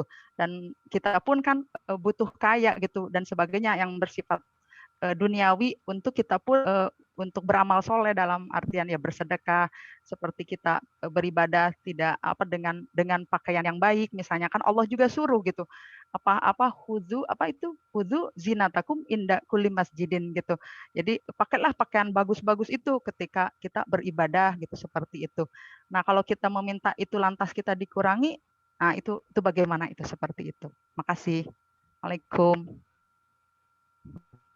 Ya, luar biasa Bu Rida. Silakan Pak Ustadz Edi dilanjutkan. Jadi teman-teman sekalian, jadi dalam jiwa kita itu ada variabel yang namanya pikiran, perasaan, kemudian motivasi atau hasrat ya. Jadi ketika hasrat dalam dirinya adalah dunia, hasrat dalam dirinya adalah kekayaan, maka doa-doanya juga tentang kekayaan. Maka ibadah yang akan kita lakukan nanti ujung-ujungnya juga kekayaan, karena motivasinya adalah kekayaan. Jadi memang menyuruh kita untuk berdoa gitu ya. Tapi kemudian apa yang kita minta itu sangat tergantung dari ambisi dalam diri kita, gitu ya. Kenapa? Karena sebetulnya bukan doa itu yang kemudian membuat rezeki kita jadi banyak. Bukan tahajud kita yang membuat urusan kita jadi selesai sebetulnya. Itu kan sebab. Nah, jangan sampai nanti sesuatu yang kita anggap sebab itu malah jadi hijab, jadi penghalang. Kita misalkan berdoa, minta A, kemudian dikasih gitu ya. Jangan sampai kemudian di pikiran kita, apa yang kita terima itu gara-gara doa kita. Sehingga seolah kita yang jadi yang ngatur gitu. Seolah yang kita yang ngatur gitu. Itu yang pertama. Yang kedua, agak sedikit dibedakan tentang melakukan ibadah untuk dunia dengan berdoa gitu ya. Jadi kalau berdoa ya silahkan, minta dunia, minta kebaikan, minta apa silahkan. Tapi ibadah-ibadah tertentu, duha, tahajud, sedekah gitu ya, baca Quran, ya jangan diarahkan ke dunia gitu. Untuk mau dunia ya cukup dengan ibadah doa aja yang disuruh minta. Walaupun yang namanya doa itu kan sebagian menafsirkan bukan minta, tapi adalah bagaimana kita bisa berdialog dengan Allah Subhanahu wa taala. Bagaimana kita bisa curhat kepada Allah Subhanahu wa taala. Karena ada ulama-ulama yang justru jarang berdoa. Kenapa jarang berdoa? Karena dia merasa apa yang sudah dikasihkan oleh Allah itu sudah sedemikian banyaknya, sehingga dia merasa malu untuk berdoa, untuk minta-minta terus kepada Allah Subhanahu wa taala. Jadi ini sangat tergantung sudut pandang. Cuma dalam pandangan saya, minta harta kekayaan itu nggak jadi masalah gitu ya. Jika kita jalurnya di jalur doa. Tapi jangan kemudian amal yang kita lakukan, amal soleh lainnya, gitu ya, tahajud dan sebagainya, kita arahkan untuk mencapai dunia, gitu ya, untuk mendapatkan dunia. Karena nanti khawatirnya terjebak kepada tadi itu. Kita seolah-olah mendekat kepada Allah, malah jadi menjauh gitu. Apalagi misalkan sebab sudah menjadi hijab. Wah, ketika kita rajin tahajud, ini masalah cepat selesai nih misalkan. Wah, nanti harus tambah rajin lagi nih tahajudnya. Nah, itu kan seolah yang membuat masalah selesai kita tahajud. Padahal yang membuat selesai itu bukan tahajud, tapi Allah. Jadi Allahnya jadi nggak dibawa. Allahnya jadi nggak diikut sertakan. Itu mungkin Bu Rida. Ya, baik, alhamdulillah sudah cukup Bu Rida. Sudah Pak, terima kasih Ya, penjelasannya. Ya, sama Bu Rida, terima kasih. Bagus. Ada lagi? Atau cukup sekian saja? Mus, ini masih ada waktu masih sekitar ada. 15 Silakan, menit Pak. lagi ya. Ada satu pertanyaan lagi, silahkan Pak Jenaludin. Ya, termohon Pak Gansah. Assalamualaikum warahmatullahi wabarakatuh. Waalaikumsalam warahmatullahi wabarakatuh. Ya, Wilujeng Pak Kiai Edi. Tertarik dengan hypnotising ya. Jika kebayang kalau setiap guru bisa mengendalikan jiwa peserta didiknya, luar biasa. Nah, ini tertariknya minimal dalam pertemuan ini memang harus kursus yang betul-betul ya Pak Ustadz ya. Minimal ada trik-trik khusus meskipun hanya dalam jangka sekarang saja, bisa nanti kita terapkan. Seperti sekarang saya contoh jujur, kita terhipnotis nih kayak oleh Pak Ustadz nih. Enak mendengarkan gitu, kayaknya gitu. Nah, ya langkah lebih baik lagi ketika kita ngajar bisa mengendalikan jiwa-jiwa peserta didik, sehingga saya kira mungkin ini plusnya dari pedagogik ya, mungkin dari setiap guru ya. Yang ditaruhkan, yang ditanyakan trik khusus lah. Kalau khusus kan mungkin butuh proses yang lama. Kinten-kinten apa yang bisa kita terapkan sebagai pengajar untuk bisa mengendalikan jiwa peserta didik kita. Karena saya kira dalam satu kelas itu kan beda-beda karakter dari setiap peserta didik. Mungkin gitu aja. Hatur nuhun. Assalamualaikum warahmatullahi wabarakatuh. Pertanyaannya berat ya, mengendalikan jiwa. Jadi teman-teman sekalian, jadi kalau hypnotising itu berbeda sama hipnosis ya. Jadi kalau hypnotising itu tidak ada acara membuat klien tidur gitu, nggak ada. Atau jadi bahaya atau budak di kelas sarare kabeh mah gitu kan. Jadi hypnotising itu sebetulnya satu trik bagaimana informasi yang kita sampaikan kepada anak itu tidak ditolak oleh pikiran sadarnya, tapi bisa langsung masuk ke pikiran bawah sadarnya dan jadi program gitu. Jadi hypnotising itu lebih kepada upaya-upaya bagaimana apa yang kita lakukan di dalam kelas itu bisa masuk ke dalam diri anak, langsung tembus ke pikiran bawah sadarnya dan jadi program. Kalau udah jadi program, ya itu bakal jadi perilaku gitu. Di antara trik itu adalah satu, pertama harus membuat siswa dalam kelas itu gembira. Kenapa? Karena kecerdasan tertinggi seseorang itu muncul saat dia merasa gembira. Lalu bagaimana mungkin anak merasa gembira kalau gurunya aja masuk ke kelas manyun gitu? Atau datang ke kelas gurunya, siapaan? Buka buku halaman sekian, kerjakan. Bagaimana anak mau gembira gitu. supaya anak gembira, gurunya harus gembira dulu. Ya, kalau gurunya nggak bisa gembira, pura-pura gembira lah. Ya, misalkan di rumah lagi banyak masalah ya, jangan dibawa ke sekolah. Tapi kalau laki-laki mah biasanya bisa sih. Yang agak sulit biasanya mama itu. Kalau masalah di rumah Kata biasanya sok siapa? dibawa ke sekolah. Aku bilang enggak juga.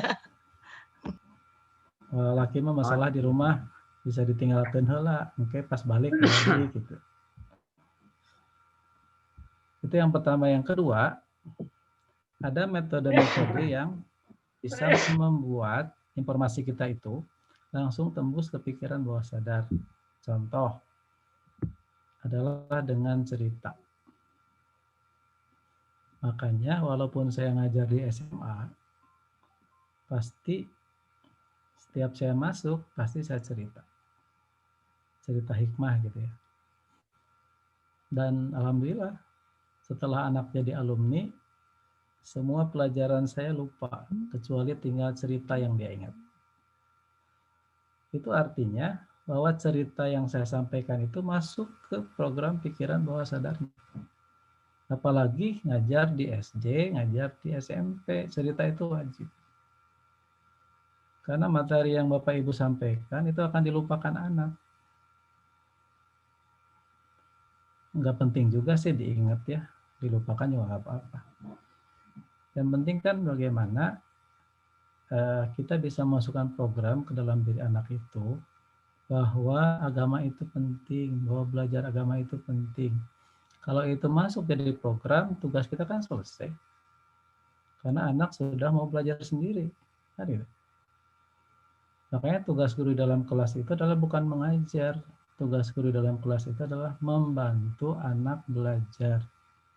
Kalau anak sudah bisa belajar sendiri, tugas Bapak Ibu selesai. Seperti misalkan anak-anak yang aktif di DKM, kan mereka sudah rajin sendiri ya. Sudah selesai tugas kita itu.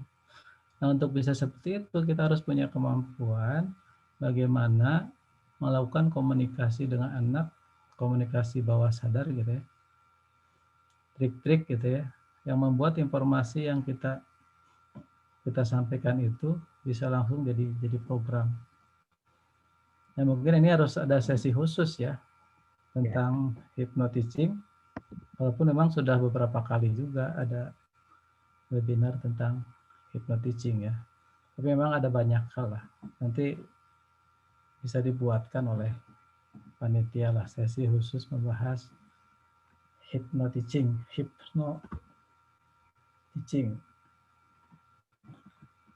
Ya, sudah. Itu mungkin cukup akan saya sudah.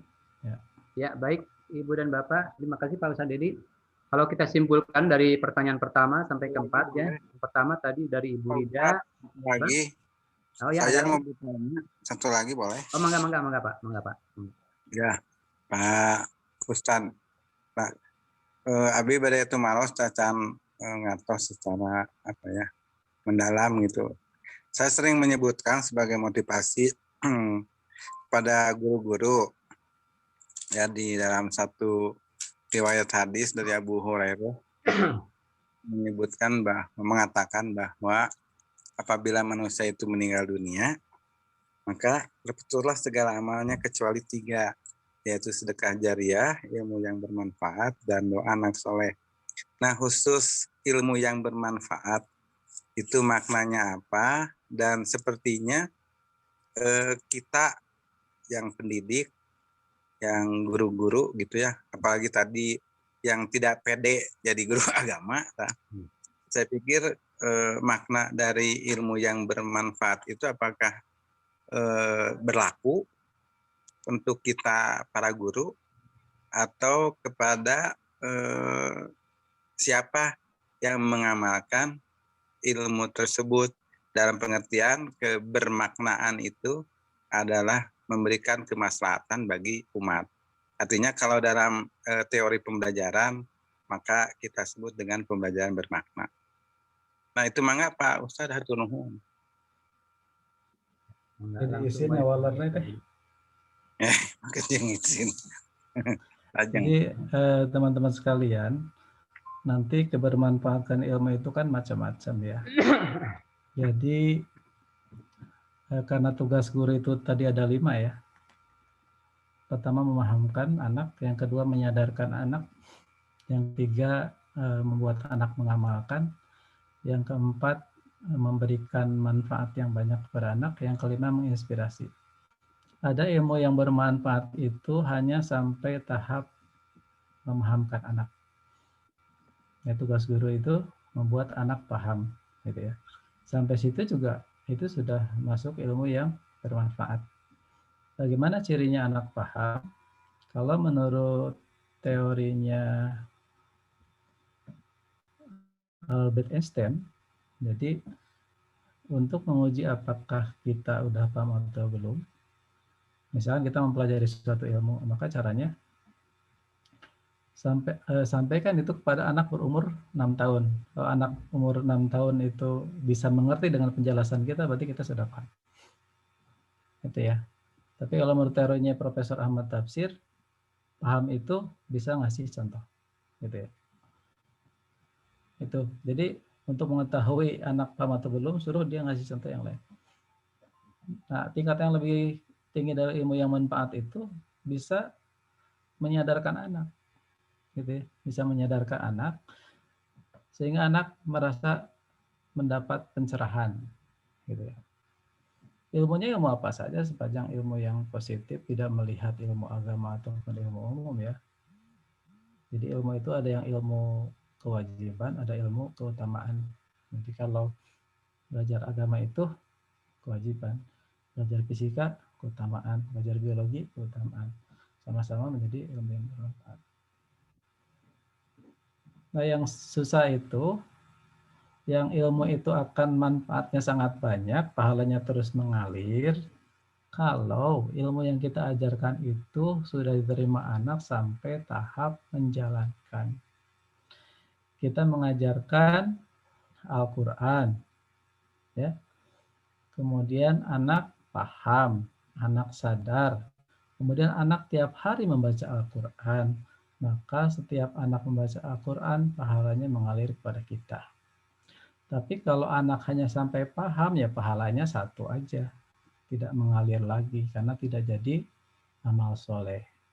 Jadi ilmu yang bermanfaat itu menjadi mengalir kepada kita pahalanya ketika itu sudah jadi perilaku buat seseorang yang kita ajarkan sesuatu. Apalagi sudah pada sampai tahap memberikan keberkahan. Anak mempelajarinya 1, tapi dia mendapatkan manfaat 10. Apalagi sudah sampai tahap menginspirasi. Apa yang kita sampaikan melahirkan gagasan-gagasan baru di hadapan anak, sehingga anak tidak hanya melakukan apa yang dilakukan oleh gurunya, tapi anak sudah bisa melakukan hal yang berbeda yang dilakukan oleh gurunya. Saya kira seperti itu. Hapunten upami. Terima kasih Pak Ustadz Edi. Cukup sekian mungkin ya? Atau masih ada? Masih ada? Ya. Baik Ibu Bapak, saya akan simpulkan dari pertanyaan pertama dari Ibu Rida tadi ya. Al ilmu nurun, ilmu itu bagaikan cahaya. Itu artinya itu ilmu itu bagaikan cahaya, bukan ilmu itu cahaya. Karena diambil dari kata asalnya itu adalah ilmu kanuri. Itu al ilmu kanuri, ilmu itu bagaikan cahaya. Kenapa kapnya dihilangkan? Itu kalau istilah santri namakan dengan tasbih balik, yang menyembunyikan alat tasbih. Asalnya itu salah satu alat tasbih itu adalah kaf. Jadi asal kata itu al ilmu kanuri, ilmu itu bagaikan cahaya. Tapi disembunyikan al ilmu nurun, al ilmu itu bagaikan cahaya. Karena ilmu itu adalah cahaya Allah, maka cahaya itu tidak akan diberikan kepada orang yang maksiat. Itu sudah tadi Pak Ustadz Edi dijelaskan. Jadi karena ilmu itu cahaya, maka cahaya itu tidak akan diberikan kepada orang yang bermaksiat. Bahkan Imam Syafi'i telah pernah mengungkapkan syaqautu ila waqi tu'ahib di farsyadani ila tarkil ma'asi. Aku pernah mengadukan kepada Waqi tentang jeleknya hafalanku, lalu beliau menunjukkan untuk meninggalkan maksiat. Nah, sekelas Imam Syafi'i ini itu atas ketawaduan beliau tetap beliau mengatakan aku jelek hafalnya karena maksiat, supaya agar kalau seandainya supaya ilmu itu mudah dihafal, tidak lelet gitu, maka tinggalkan maksiat. Padahal ilmu Imam Syafi'i itu ada sejak usia 7 tahun sudah hafal Al-Quran. Nah, maka beliau mengamalkan kepada kita bahwa kalau ilmu mau tetap mudah didapat, maka tinggalkanlah maksiat. Artinya kalau kita melakukan maksiat itu adalah salah satu penghalang untuk memudahkan ilmu yang kita dapati. Maka sekali lagi mudah-mudahan ilmu yang telah kita dapat mudah-mudahan bermanfaat, bisa diamalkan oleh diri sendiri, jauh-jauh mungkin lebih baik lagi bisa diamalkan oleh orang lain gitu masalah ini. Yang kedua, ini tadi ya tentang GPAI tadi ya, mudah-mudahan ini sejak sekarang tidak ada lagi GPAI yang minder, yang merasa malu menjadi guru PAI, itu adalah kemuliaan dari Allah. Mudah-mudahan ilmu yang kita amalkan, ilmu yang diberikan kepada anak peserta didik kita, mudah-mudahan jadi ladang amal untuk kita, dan apalagi nanti apa yang ditanyakan tadi oleh Pak Habib P3TK, yaitu kemudian dijelaskan oleh Pak Ustadz Edi bahwa insya Allah ilmu bermanfaat bisa diraih di akhirat nanti apabila ilmu itu sampai diamalkan oleh si muridnya itu sendiri. Jelas selama ilmu, jadi itu salah satu keuntungan guru itu, ilmu kita yang disampaikan kepada murid-murid kita, kemudian murid minta menjadi anak soleh, bisa mengamalkan ilmu kita sampai dia meninggal dunia, dan termasuk kita meninggal dunia, maka insya Allah ilmu itu akan mengalir tetap amalnya kepada kita. Itu manfaat dari ini. Jadi keuntungan guru itu adalah salah satunya itu ilmu kita yang bermanfaat itu akan menjadi keuntungan, jadi ladang, jadi investasi nanti di akhirat. Mudah-mudahan sekali lagi mari kita tetap guru PAI adalah tetap semangat bahwa menjadi jati diri guru PAI dan menjadi biroh latar PAI-nya dengan tidak ada lagi yang minder. Kemudian tadi mungkin dari Pak Jenal ya, insya Allah mungkin nanti masalah pembelajaran itu harus ada khusus workshop, mungkin nanti bisa MGMP atau KKGPAI bisa mengundang lagi beliau tentang apa itu hipnosis dan sebagainya. Ini nanti betul tadi ya, mudah-mudahan sekali lagi apa yang dipertanyakan oleh Pak Habib, ilmu yang bermanfaat itu betul-betul diraih oleh anak-anak kita, oleh kita, dan ilmu kita bisa diamalkan oleh anak-anak peserta didik termasuk keluarga kita, dan insya Allah mudah-mudahan itu adalah menjadi investasi ladang amal kita nanti di akhirat. Mungkin itu saja, mohon maaf kalau kesimpulan saya kurang tepat. Itu saja mungkin. Terima kasih kepada narasumber Bapak Ustadz Edi Riyad. Mudah-mudahan Allah melimpahkan keberkahan kepada beliau, juga kepada kita, wabil khusus kepada Pak Kepala Dinas Pendidikan Kota Bandung yang telah hadir, kemudian Pak Habib P3TK, kemudian Ibu Pipi juga sama-sama hadir di sini. Alhamdulillah kita tersupport oleh mereka, kita termotivasi oleh mereka. Mudah-mudahan menjadi terus kita beramal, beramal kebaikan, dan mudah-mudahan kita bisa bertemu kembali di acara barokah selanjutnya. Selanjutnya doa kita akan sampaikan saja oleh Pak narasumber Pak Ustadz Edi Riyad. Catatan Pak Ustadz Edi ngadoa catatan diborong enggak? Baik teman-teman sekalian, kita sama-sama berdoa kepada Allah Subhanahu wa taala, mudah-mudahan Allah senantiasa mengampuni segala kesalahan dan dosa-dosa kita, baik yang disengaja, yang tidak disengaja, yang besar, yang kecil, yang nampak maupun yang tersembunyi. Mudah-mudahan Allah senantiasa menolong kita untuk terus mampu melihat ke dalam diri kita agar setiap hari kehidupan kita menjadi semakin lebih baik di depan Allah Subhanahu wa taala. Allahumma shalli ala sayyidina wa habibina wa syafi'ina wa maulana Muhammad wa sallim wa radallahu tabaraka wa ta'ala an kulli sahabati rasulillah ajma'in. Amin ya rabbal alamin. Allahumma ighfir lil muslimina wal muslimat wal mu'minina wal mu'minat al ahya'i minhum wal amwat bi rahmatika ya arhamar rahimin. Allahumma rabbana zalamna anfusana wa illam taghfir lana wa tarhamna lanakunanna minal khasirin. Allahumma salli salatan tunjina biha min jamil ahwali wal afat wa taqbilana biha jami'al hajat wa tutahhiruna biha min jami'i sayyi'at wa tarfa'una biha indaka 'ala darajat wa tuballighuna biha aqsal ghayat min jami'il khairati fil hayati wa ba'dal mamat. Rabbana taqabbal minna innaka antas samiul alim wa tub alaina innaka antat tawwabur rahim. Rabbana atina fid dunya hasanah wa fil akhirati hasanah wa qina adzabannar. Subhana rabbika rabbil izzati amma yasifun wa salamun alal mursalin walhamdulillahi rabbil alamin. Ala hadiniyah wa quniyatin salihah al-fatihah. A'udzubillahi minasyaitonir rajim. Bismillahirrahmanirrahim. Alhamdulillahirabbil alamin. Arrahmanirrahim. Maliki yaumiddin. Iyyaka na'budu wa iyyaka nasta'in. Ihdinas siratal mustaqim. Siratal ladzina an'amta 'alaihim ghairil maghdubi 'alaihim waladdallin. Dan Allah mengabulkan doa. Terima kasih Pak Ustadz Rizky Hadi MAG yang telah menyampaikan ilmunya kepada kita. Mudah-mudahan ilmu yang beliau sampaikan kepada kita bermanfaat bagi kita sekalian. Pak Mus. Iya, mangga, kumaha? Mohon doanya ya, sedang penyelesaian S3 nih. Teman-teman. Hadirin mohon doanya untuk beliau juga.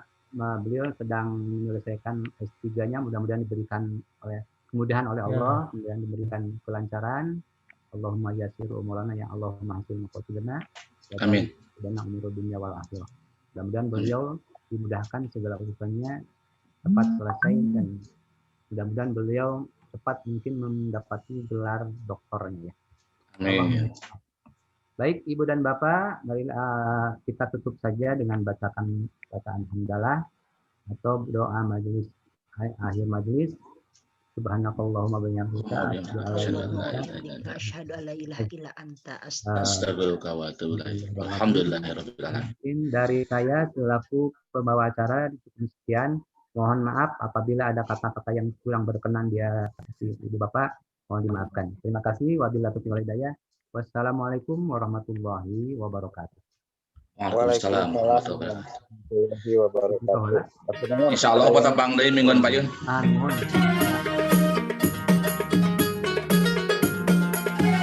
Pak Hadis, Pak Kabir hatur nuhun. Sami-sami. Pak Edi. Ya. Pak narasumber. Suasana atau Ramadan. Siap.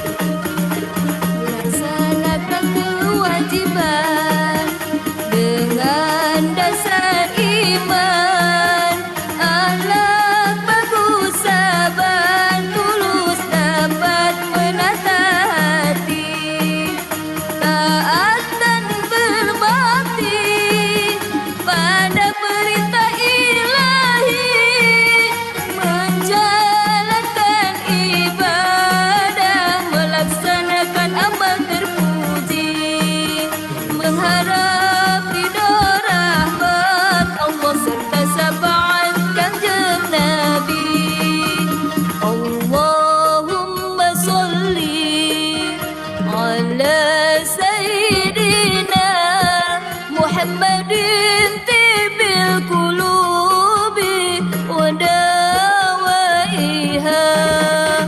وعافية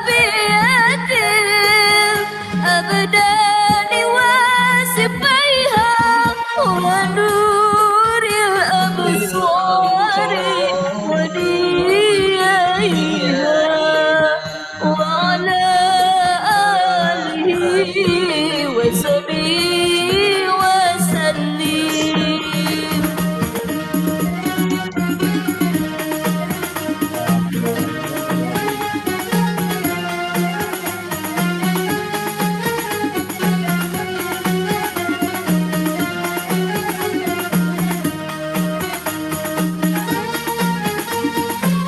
Luar biasa Bang Haja. Tim Barokah Butia orang ada mau Ada mau naon? iya rekaman. Oh iya siap. Ayo, Tapi ayo. pada ada merekaman lah kalian. Ya ayo, sadean ayo. Siap. Ayo Alif. Ya. Ingat dan waspada, nasihat yang utama, senangkan jiwa dan hatimu, jangan salah paham. Perkataan yang luhur, perintahnya agama, jangan simpang siur, bertindak ngawur hingga takabur. Jadilah orang agung yang bertindak sempurna. Allahumma salli ala sayyidina Muhammadin tibbil qulubi wa dawaiha wa afiyatil abdani wa sifaiha wa nuril absari wa diyaiha wa ala alihi wa sahbihi wa sallim. Alhamdulillah luar biasa. Menurut Selena. Ini kayak artis yang GMP.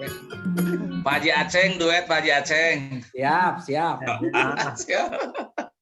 Mangga ibu bapak orang Barokah ya, kepanggil ayo, minggon tim payun Barokah. panginten. Insya Allah. Hatur nuhun Pak Gansa. Pak Gansa pas kicipan dengan lu MC nuhun. Pemus luar biasa teman-teman. Sedayana ya. Grogi ya. Salam ti papatah sauna hapunten cenah. Nuhun pepatan juga Pak puntenan ka. Dilapun. Oh. Alhamdulillah yuk nuhun. Terus ya. Assalamualaikum.